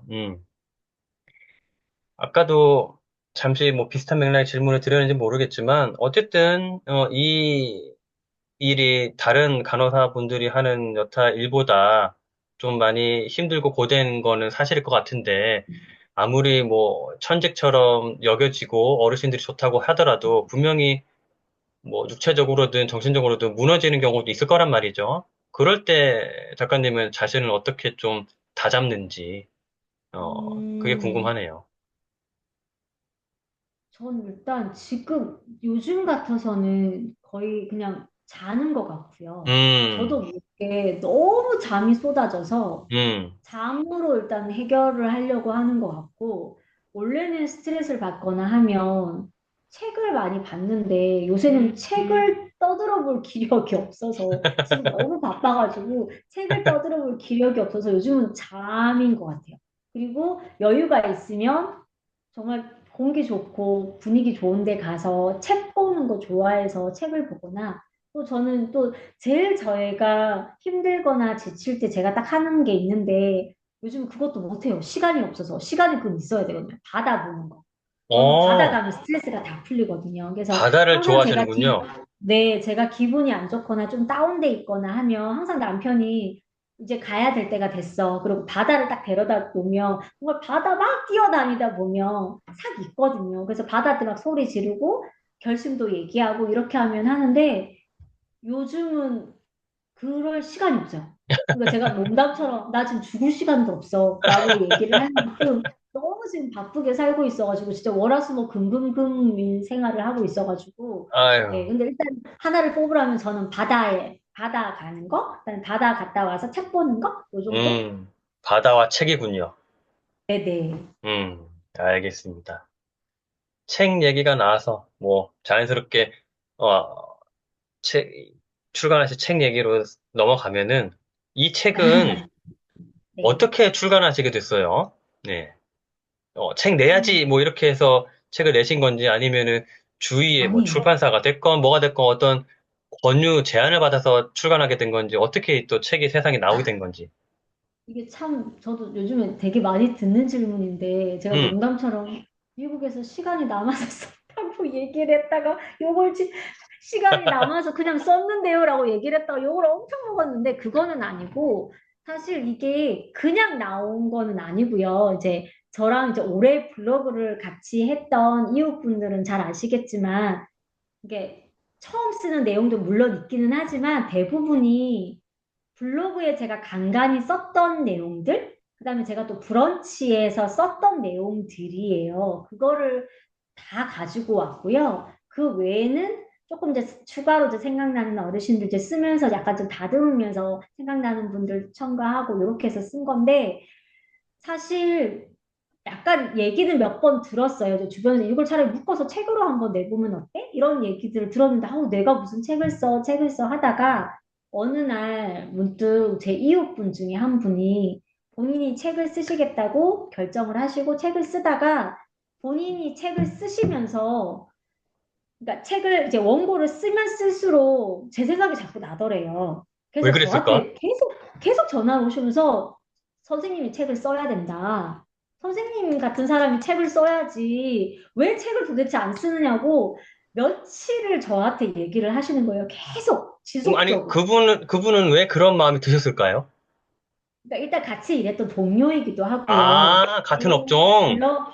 제 음, 블로그의 이웃이기도 하셨고요. 그래서 음, 이제 본인이 이제 쓰려고 마음을 먹고 하다 보니까 정말 나 같은 사람이 썼으면 좋겠는데 도대체 왜 안 쓰고 있느냐. 음, 딴 사람들은 솔직히 책이라는 게 그냥 쓰는 것보다는 좀 케이스들이 많은 다양한 케이스들이 있으면 더 쓰기가 쉬운데 그렇게 많은 다양한 사례들을 가지고 있으면서 왜 음, 쓰려고 하는 거냐라는 얘기를 많이 하셔서 그래? 이 책은 어떻게 쓰는 건데? 로 처음에 시작을 했고 마침 그분이 코칭을 받고 계셨는데 그 코칭 선생님을 소개를 시켜주셨어요. 그래서 음, 저도 8회차 코칭을 받고 하다 보니까 이제 자신감이 붙는 거죠. 쓸 수 있겠는데? 이렇게 된 거예요. 그래서 제가 약간 오기가 있어가지고 보통 이제 작가님이 그 코칭 저 해주셨던 작가님이 허 작가님이신데 허정 작가님이 보통 본인의 수강생 분들이 책을 이제 원고를 요 식당에서 쓰기 시작하면 보통 3개월 안에 하신대요. 아, 그래요? 그럼 나 한 달에 끊어드릴게요. 그래서 오기로 원고를 거의 2주 반 만에 원고를 쓰고 출판사까지 계약하는 데까지 한 달 걸렸거든요. 음, 이제 진짜 제가 제 오기대로 그래서 네 그렇게 쓰게 됐습니다. 네. 결국에는, 그러니까, 애초부터, 뭐, 예를 들어, 블로그든 브런치에 글을 올릴 때도, 아, 이거는 책을 쓸 요량으로 글을 쓰는 거야, 이런 것도 아니었고, 그죠? 전혀 그냥, 아니어서 그냥 제 차곡, 일기처럼 쓴 거예요. 그죠? 일기처럼. 네, 네, 차곡차곡 그냥 일기처럼, 저도 이제, 네, 치아와님은 블로그명이고, 성경 작가님의 글을 뭐, 봐왔기 때문에, 뭔가 일화식으로, 그죠? 일기식으로 그런 글들이 많은데, 그게 이제, 차곡차곡 그냥 쌓인 거고, 근데, 네, 주위에 네, 어쨌든, 제안으로, 이게, 뭐랄까, 트리거가 된 거네요. 네, 네, 네, 저도 비슷한 케이스였으니까, 저도 주위에서 블로그 이웃분이 그런 제안을 해주셔가지고, 결국엔 네, 그렇게까지 네, 됐는데, 그러니까 이게, 주위에 사람을 잘 둬야 돼요, 그죠? 네, 맞나 음, 봐요. 네, 그래서 저 감사해야 되는데 진짜. 그러니까요. 그분들한테 감사해야죠, 그죠? 그분들이 네, 네, 그렇게 등 네, 떠밀지 않았으면은, 사작가님이나 저나, 뭐, 이렇게 책을 내지 못했을 수도 있으니까. 네, 네. 맞습니다. 그런 또 비하인드 스토리가 있었군요. 그러면은 책이 세상에 딱 나오고 나서는 뭐 어떠한 느낌이나 감정이 들던가요, 기분이?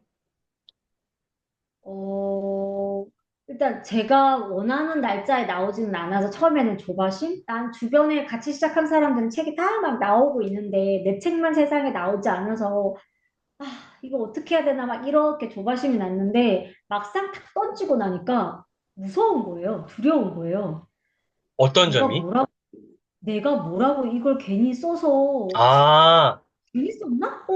이게 갑자기 막 걱정이 되기 시작하는 거예요. 음, 아무도 안 읽어주는 책이라는 게 솔직히 누군가 읽어주는 사람이 있어야 음, 되고, 어쨌든 한 사람이라도 내 책을 통해서 도움이 되고, 감동을 줄 수 있어야 되는데, 갑자기 원고를 들여다보니까 너무 겁이 나는 거예요. 음, 허접한 이 원고를 책으로 나온다고. 그러니까 온갖 정말 생각이 많고 되게 불안했고, 되게 두려웠고, 그러니까 기쁨은 잠시였던 것 같아요. 그래서 잠시 음, 블로그에 보일 때, 여러분 저 책 나왔어요. 짠! 딱 그게 끝이었고요. 그 뒤에는 어, 계속 고뇌였어요. 어떡하지? 어떡하지? 이제 사람들이 음, 읽을 때 어떡하지? 어떡하지? 이런 생각이 계속 있었다가, 음, 막 이웃분들이 읽으시면서 리뷰 막 올린 걸 보면서 그때는 감동이었죠. 이렇게 음, 생각해 주시는구나. 내 진심이 정해졌나 보다. 음, 정말 감사하다. 이것도 음, 잠깐, 한 그치, 며칠. 왜냐면 이제 그 뒤로 제 일을 시작하면서 예, 너무 바빠서 내 음, 책을 들여다볼 여력이 없는 거예요. 그래서 지금은 거의 잊고 있었어요.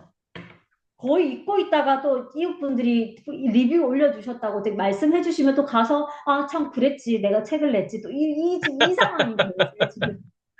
그러셨구나. 아이고, 워낙 또 일이 많고 바쁘시다 보니까 네. 뭔가 이 책이 세상에 난 이후에 이러한 경험을 마음껏 누리거나 느끼지 못하고 그냥 또 이렇게 유유무약 흘러갔네요. 그죠? 네, 네. 그 받은 책에 관련된 뭐 어떤 받으신 피드백 중에 유독 기억에 남는 피드백이 혹시 있을까요? 어때요? 아니, 좀 그러니까 제가 음, 이번에 리뷰들을 보면서 느낀 게 하나인 게 음, 이게 그냥 친하다고.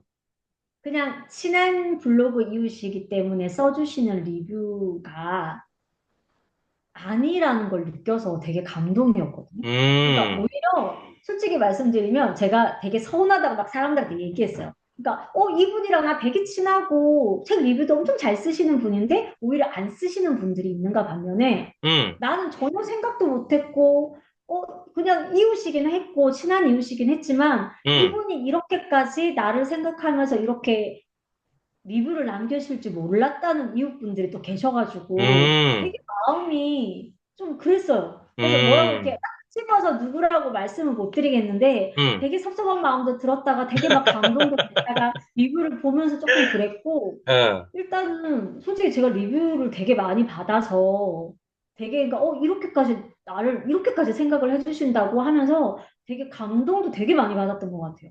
저는 이웃분들한테. 또 궁금한 게 그런 주위 이웃분들이거나 온라인에서 이런 관계를 맺으신 분들도 리뷰도 그런 피드백도 궁금했지만 유독 좀 궁금했던 게 혹시나 이제 정말 이 책 내용에 좀 뭔가 깊이 관련되신 분들 예를 들면은 치매 어르신이 있는 네, 가족이랄까 네, 또는 이 케어 돌봄의 현장에 있는 의료진이랄까 이런 분들의 어떤 혹시나 뭐 동료가 됐건 선후배가 됐건 이런 분들의 뭔가 피드백이 혹시나 뭐 네. 기억나는 피드백이 일단 있었나 싶어서.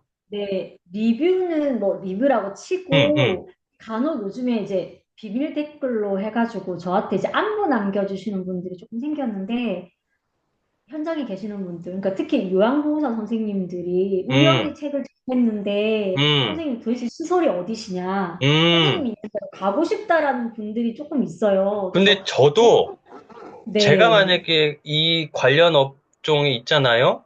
그럼 저도 그럴 것 같아요. 왜냐면은 아까도 뭐 서두에 말씀 나눈 것처럼 뭐 제가 이제 장난식으로 매직 타임이라고 표현을 했지만은 그러니까 남들은 다 손 놓고 포기하고 안 되라고 했던 거를 이분은 그냥 짠 해내니까 여러 가지 어쨌든 이런 우여곡절과 되게 어쨌든 내용들이 담겨 있는데 이분은 뭐 어떻게 하시길래 이게 가능하지? 이게 다 가능하단 말이야? 이걸 다 해냈단 말이야? 되게 궁금해서 이게 뭐 눈으로 실제로 보고 아니면 며칠이든 몇 주든 실제 이렇게 경험을 하면서 배우고 싶을 것 같아요, 진짜. 그러니까 그런 분이 지금 몇 분인가 딱 세 분, 그러니까 딱 세 분, 음, 솔직히 말씀드리면 딱 세 분이 음, 계셨는데 한 분은 그냥 이렇게 막 감동적이다, 나도 선생님 계신 시설에서 일하고 싶다 이렇게 써주신 분이고 두 분은 집요하게 계속 물어보시는 거예요. 자기 요양보호사 그만두고 어, 제가 이 시설 와서 같이 일하고 싶다고 배우고 음, 싶다고 음. 진짜 이런 간호사가 있다면 그 밑에서 자기는 일하고 싶다라고 해주시는 분이 있는데 다행히 이분들이 저 멀리 계시더라고요. 다행히.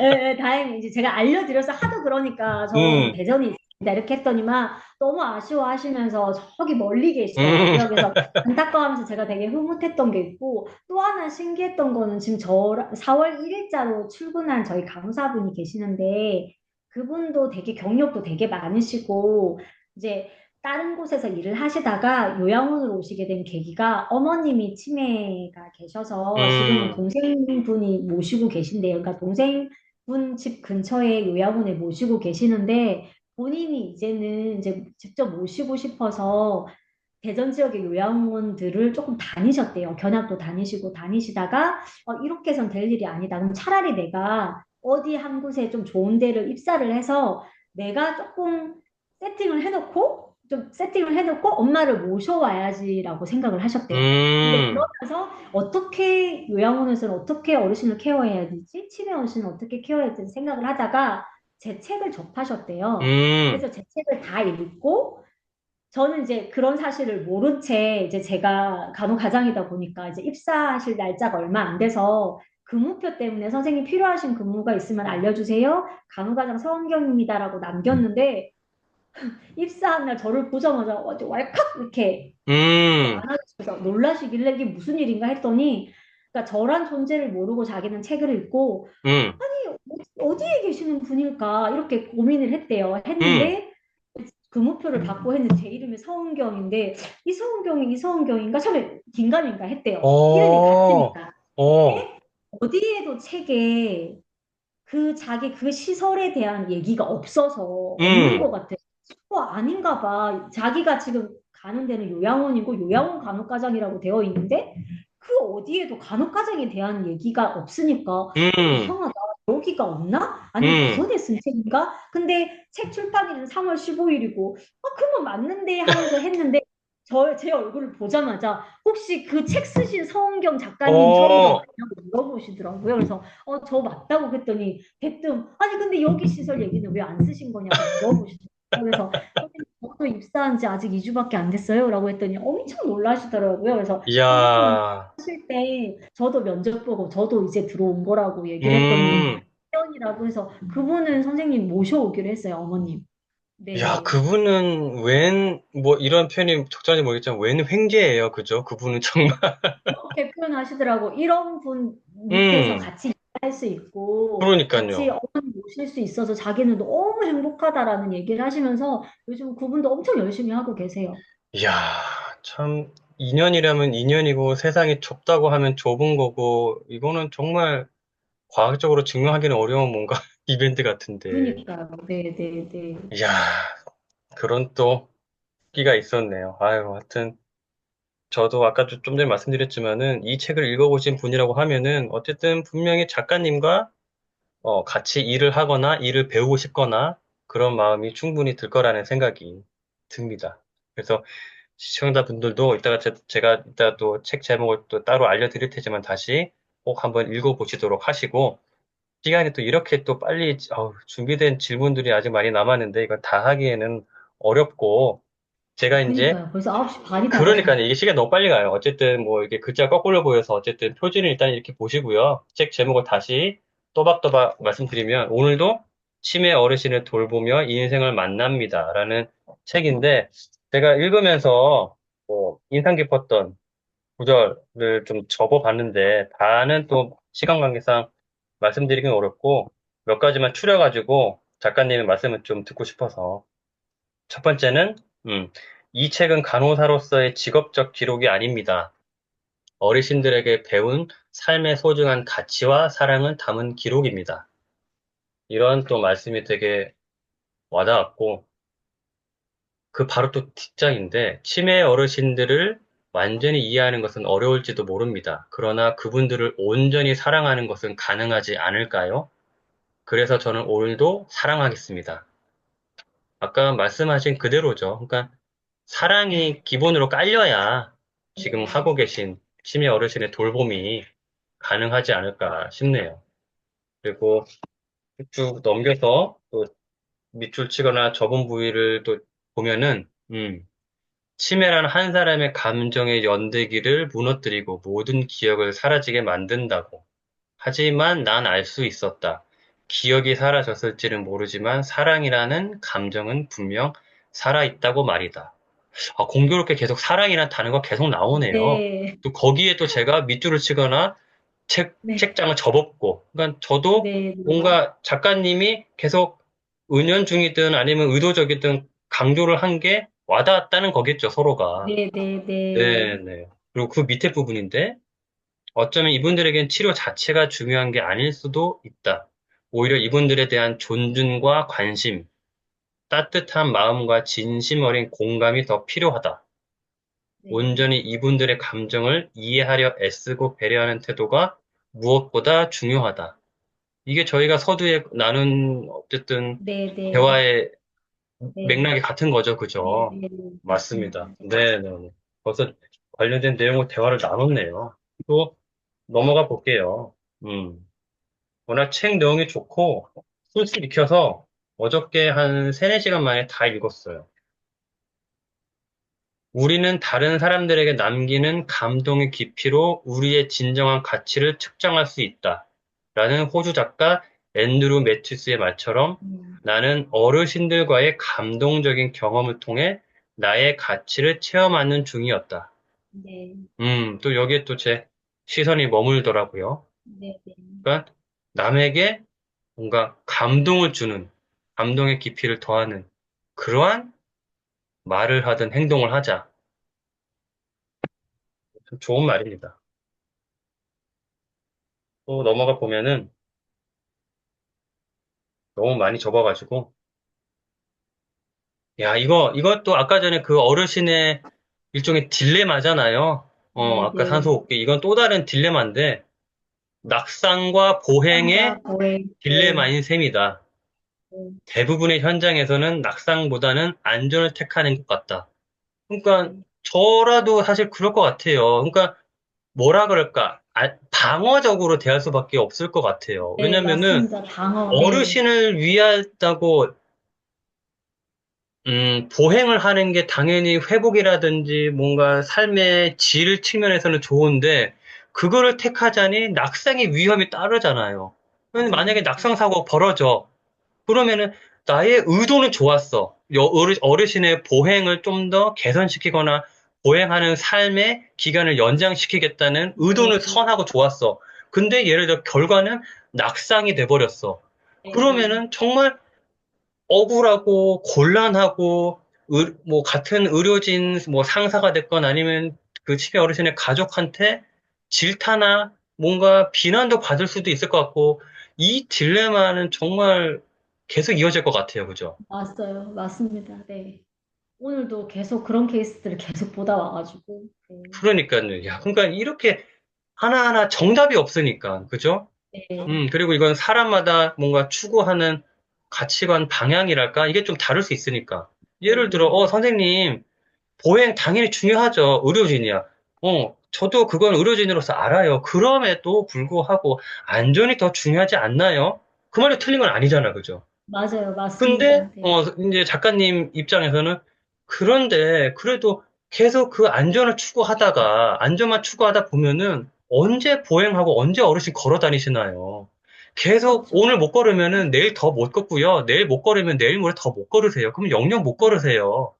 그건 아니잖아요. 그 말도 일리가 있고. 네. 이거 어느 장단을 맞춰야 되는 건지. 그렇죠. 이야, 참 어려울 것 같아요. 그러면 뭔가, 그죠? 전 지금도 아직 잘 모르겠어요. 내가 그러니까 맞는 건지 이거는 영원히 모르겠고. 풀리지 못할 수제 같아요, 네, 진짜. 네. 그래서 무슨 솔로몬인가? 뭔가 현명하게 대체 판단을 내려준 사람도 없고, 예를 들어, 환자 본인이 정말, 나는 낙상을 택하겠어. 이렇게 뭔가, 나는 보행을 그렇죠. 택하겠어. 뭐, 그죠? 뭐, 그치. 그렇게 근데 표현을 한들, 또 그걸 다 존중하는 게 또 정답이냐? 또 그것도 아닐 것 같고. 아니니까. 네, 맞습니다. 그래서 이 부분을 보고, 야, 매번 이 딜레마에서 오는 스트레스가 너무 그 무게는 장난이 아닐 것 같아요. 네, 네. 예를 들어, 이 딜레마에 대해서 오늘 예를 들어 끙끙 고민을 해서 풀릴 딜레마면 그나마 다행인데, 안 풀려요. 안 안 풀려요. 내일, 풀리잖아. 오늘 내일 24시간 끙끙 일이니까. 됐어. 근데 네. 이게 그러면 내일 풀리느냐, 내일 안 풀리잖아요. 네, 네. 참 어렵습니다. 어려워. 아유, 그래서 시간 관계상 아마 마지막 분이 될 것 같은데, 부본형의 그대 스스로를 고용하라에 이런 글이 있다. 내 골수에 박혀 있는 가장 나다운 일인가? 나는 이 일에 내가 가지고 있는 모든 재능을 활용하고 열정으로 헌신하고 있는가? 목적지는 자신이 진심으로 원하는 곳이어야 한다. 내 유일한 꿈인 센터를 위한 목표를 향해 오늘도 이렇게 하나씩 나를 채워가는 중이다. 그러니까 꼭 이 노인 전문 간호사뿐만 아니고 그죠? 어떤 일을 하고 계시던 간에 자신이 하고 있는 일에 대해서 이 질문을 한번 던져봐야 되지 않을까 네.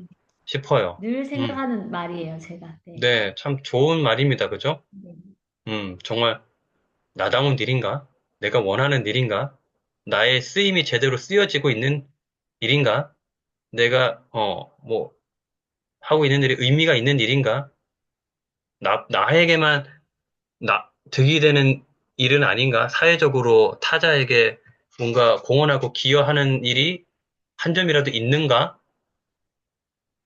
끝으로 이제, 그래서 나의 모든 재능과 능력을 다 활용하고 있는가?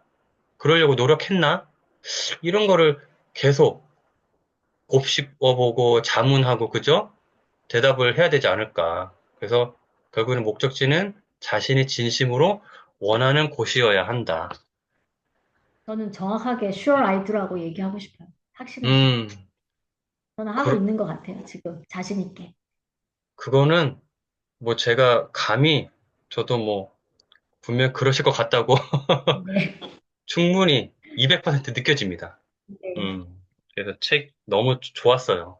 그래서 꼭 감사합니다. 예, 치매 어르신이 계신 가족분이 아니더라도 꼭 노인 전문 간호사든 요양보호사든 간병인이든 이런 관련 업종에 계시는 분이 아니더라도 꼭 한번 이 책을 시청자분들도 읽어보시면 좋겠어요. 왜냐면은 나도 언젠간 늙어서 치매가 걸릴 수 있고 내 가족, 뭐 부모님이 됐건 어쨌든 친척이 됐건 내 가족도 언젠가는 치매 환자가 될 수도 있기 때문에 꼭 알아두면 좋을 내용이 담겨 있으니까 다시 한번 말씀드리겠습니다.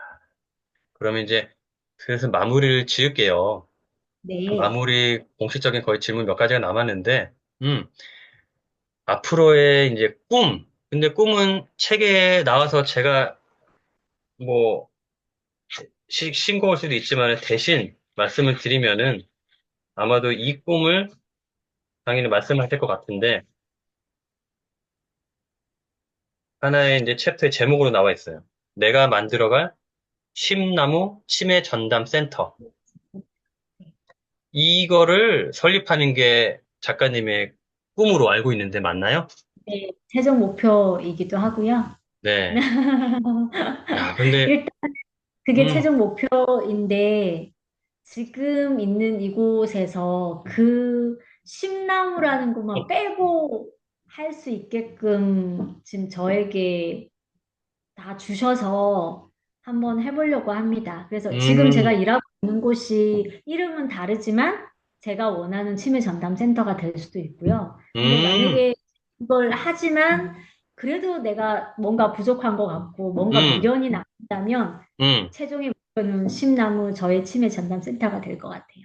네. 아, 너무 좋은 취지이고, 이게 만약에 어쨌든 지금 있는 곳이든 새로이 설립된다고 하면은, 여기에 계신 환자분들은 정말 뭐, 비록 아프시지만, 뭐, 몸이든 정신이든 아프시지만 행복하지 않으실까. 아울러 그 환자분들의 가족분들도, 저는 정말 단언컨대 그렇게 생각을 합니다. 그래서 꼭 너무 늦지 않게 이게 이 꿈을 작가님께서 실현하시기를 바랄게요. 네, 꼭 그래서 그러고 싶어요. 네, 정말 먼 곳에서나마 응원을 하겠습니다. 네, 계속해서. 감사합니다. 그리고 다음 질문은 이 치매를 치매에 대해서 많은 분들이 뭐 색안경이든 오해든 이런 걸 하시잖아요. 그래서 이 치매 환자분들에 대해서 일반인이 됐건, 뭐 치매 가족분들이 됐건, 어떻게 바라봐 주셨으면 좋겠다. 이런 뭐, 당부? 메시지? 이런 게 혹시 있으시다면 어떤 게 있을까요? 그거도 제 책에 잠깐 담기는 했는데 치매 어르신이라고 해서 다른 사람은 아니거든요. 뭐가 음, 바뀌지 않아요. 음, 그냥 단지 치매라는 질환을 가지고 계신 분이기 때문에 한 사람이고 한 어르신이고 뭐 초록이 치매 같은 환자 같은 경우에는 좀 나이 연세가 좀 떨어지실 거니까 그냥 치매라는 병을 앓고 있는 똑같은 우리랑 똑같은 사람이다. 요것만 기억을 해주셨으면 좋겠어요. 이게 무슨 전염병도 아니고 음, 치매 걸린다고 인생이 끝나는 것도 아니고 솔직히 저도 지금 치매 전문 간호사다 노인 전문 간호사다 하지만 제가 치매 걸릴 수도 있는 거잖아요. 그래서 우리 세상이 치매에 걸릴까 봐 너무 무섭고 두렵고 이렇게만 생각하지 마시고 우리의 시선이 바뀌어서 치매여도 괜찮은 내가 비록 치매지만 나 사는데 지장 없어. 나 지금 행복한데? 라고 말할 수 있는 세상이었으면 좋겠습니다. 그래서 조금만 주변을 돌아봐 주시고 혹시 주변에 치매 어르신이 계시다면 조금 시선의 높이를 다르다가 아니라 그냥 치매라는 질환을 가지고 있는 그 사람이야 라고 생각을 해줄 수 있는 그런 세상이 오기를 바랍니다. 일단, 저도 또 반성을 하게 되는데, 저조차도 가장 무서운 질환, 가장 내가 안 걸리고 싶은 질환이 뭐냐고 하면은 치매부터 나오니까. 그리고 아마 다수가 어떠한 질환이 가장 무서워요? 이렇게 눈 감는 날 그 전까지 어떤 질환은 적어도 안 걸리고 싶으세요 하면은 아마도 1등이 치매가 아닐까. 그 정도로 사람들이 치매에 대한 포비아, 공포심이 대단하잖아요. 근데 그래서 되게 좀 무서워하고, 어, 입에도 담기도 좀 거북해 하거나, 그죠? 근데 그렇게 하면 안 되겠다. 그리고 치매에 걸리신 분을 뭐 이러한 어떤 감정이나 어쨌든 생각의 연장선이죠. 치매 환자분들을 무조건적으로 그냥 측은하다, 불쌍하다, 짠하다, 이렇게 생각이 이어지니까. 근데 그럴 필요가 없다, 내지, 그러지 마라. 그죠? 그냥, 네, 그냥 똑같이 살아갈 수 있거든요. 음, 같이 그냥 행복한 네. 기억들로 살아가면 되니까. 그러니까 너무 그분들을 불쌍해 하거나 그분들을 안타깝게 생각하거나 그러지 말고 다른 질병 환자들처럼만 동일하게만 대해도 일단 충분할 것 같아요. 그죠? 저는 어르신들을 다르게 대하지 않아요. 그냥 똑같은 할머니, 할아버지, 우리 그러니까요. 저는 맨날 어머니, 아버지가 입에 붙어가지고 어머니, 음, 아버지라고 부르는데 음, 그냥 다 똑같은 어머니고 아버지거든요. 그러니까 다를 게 없어요. 그분들의 행동이 하나도 이상하지 않아요. 음. 똑같이 대해드리니까.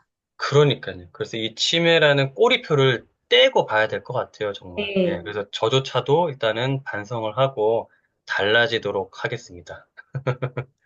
그러면 앞으로 혹시 다른 뭐 분야의 책이나 또 이런 거를 계획하고 계시거나 그런 게 있나요? 어때요? 아니, 없습니다. 아, 어우, 한 권으로 충분합니다. 한 권으로 충분합니다. 아, 힘들었어요. 이제 두 권은 안 하는 걸로. 알겠습니다. 단호박처럼 나온 대답이라서 충분히 제가 이해를 했고요. 네. 이제 정말 공식적인 질문. 작가님에게 행복이란 어떤 건지 궁금합니다. 행복은 찾아지는 게 아니라 내가 찾아 먹는 거다라고 생각을 해요. 이게 무슨 찾아 먹는 얘기냐면 거다. 우리가 행복을 자꾸 찾잖아요. 이렇게 하면 행복할까, 저렇게 하고 행복할까 하고 찾는 거는 내가 뭔가 자꾸 원하고 있는 거거든요. 근데 그 원하지 말고 지금 내가 누리고 있는 행복을 내가 먹으면 돼요. 지금을 음, 조금만 돌아보면 저는 매일이 행복하거든요. 어르신들과 함께 할 수 있어서 행복하고, 비록 피곤하지만 와서 누울 수 있는 집이 있으면 행복하고, 또 내일 아침에 눈을 뜨면 출근할 곳이 있는 곳이 행복하고, 그냥 이걸 내게 주어진 걸 그냥 주워 먹으면 그게 행복이라고 생각합니다. 오감합니다. 멀리서 찾지 말고 내 주변에도 충분히 먹을 게 많으니까 네, 멀리 있는 거 탐내지 말고 가까이 있는 것부터 먹으면 될 것 같아요. 그럼요. 네, 네. 네. 그걸로도 충분히 배부르지 않을까 싶네요. 네. 그러면은 1시간 한 40분 정도 된 것 같은데 박근필의 피플 인사이트 인터뷰 하시면서 소감이 어떠셨는지 궁금합니다. 일단 질문을 정말로 안 알려주셔서 무슨 질문을 저랑 어떻게 하시려고 한 시간 반을 할까라는 생각을 잠시 했었었는데, 저도 놀랄 정도로 좀 시계 보고 되게 놀랐는데, 그죠? 그래도 작가님이 꼼꼼히 준비를 해오셔서 제 책에 대해서도 질문도 주시고, 또 마침 또 제가 하고 싶었던 얘기를 다 할 수 있게 해주셔서 참 감사했던 시간들인 것 같습니다. 아, 고맙습니다. 다행이네요. 또 하시고 싶은 말씀을 또 다 하셨다고 하니까 정말 다행입니다. 네. 그러면 정말 마지막 질문. 끝으로 박근필의 피플 인사이트 시청자분들에게 하시고 싶은 말씀이라든지 전하고 싶은 메시지가 있다면 부탁드릴게요. 네, 제가 어저께 딱 찾아봤거든요. 이거 피플 인사이트가 어떻게 되고 있는지. 들어보시면 아시겠지만 많은 다른 여러분의 사람들이 나와서 이런저런 다른 얘기들을 하잖아요. 이게 딱 얽매여 있는 형식이 아니다 보니까 정말 다양한 이야기들을 하잖아요. 그래서 삶의 이야기가 있고 이렇게 여러 사람들의 이야기를 들을 수 있는 가끔필의 피플 인사이트 많이 시청해 주세요. 어유, 막판에 홍보까지 또 정말 센스 있으신 고맙습니다. 그러면은 또 오늘 여러 가지 또 일을 많이 하시고 오시면서 바로 또 인터뷰 임하시느라고 엄청 피곤하실 텐데, 이쯤에 이제 마무리 지어야 될 것 같아요. 그래서 오늘 박근필의 피플 인사이트 서은경 작가님과 인터뷰는 이것으로 마치도록 하겠습니다. 작가님 수고 많으셨습니다. 네, 수고하셨습니다. 예, 감사합니다. 고맙습니다.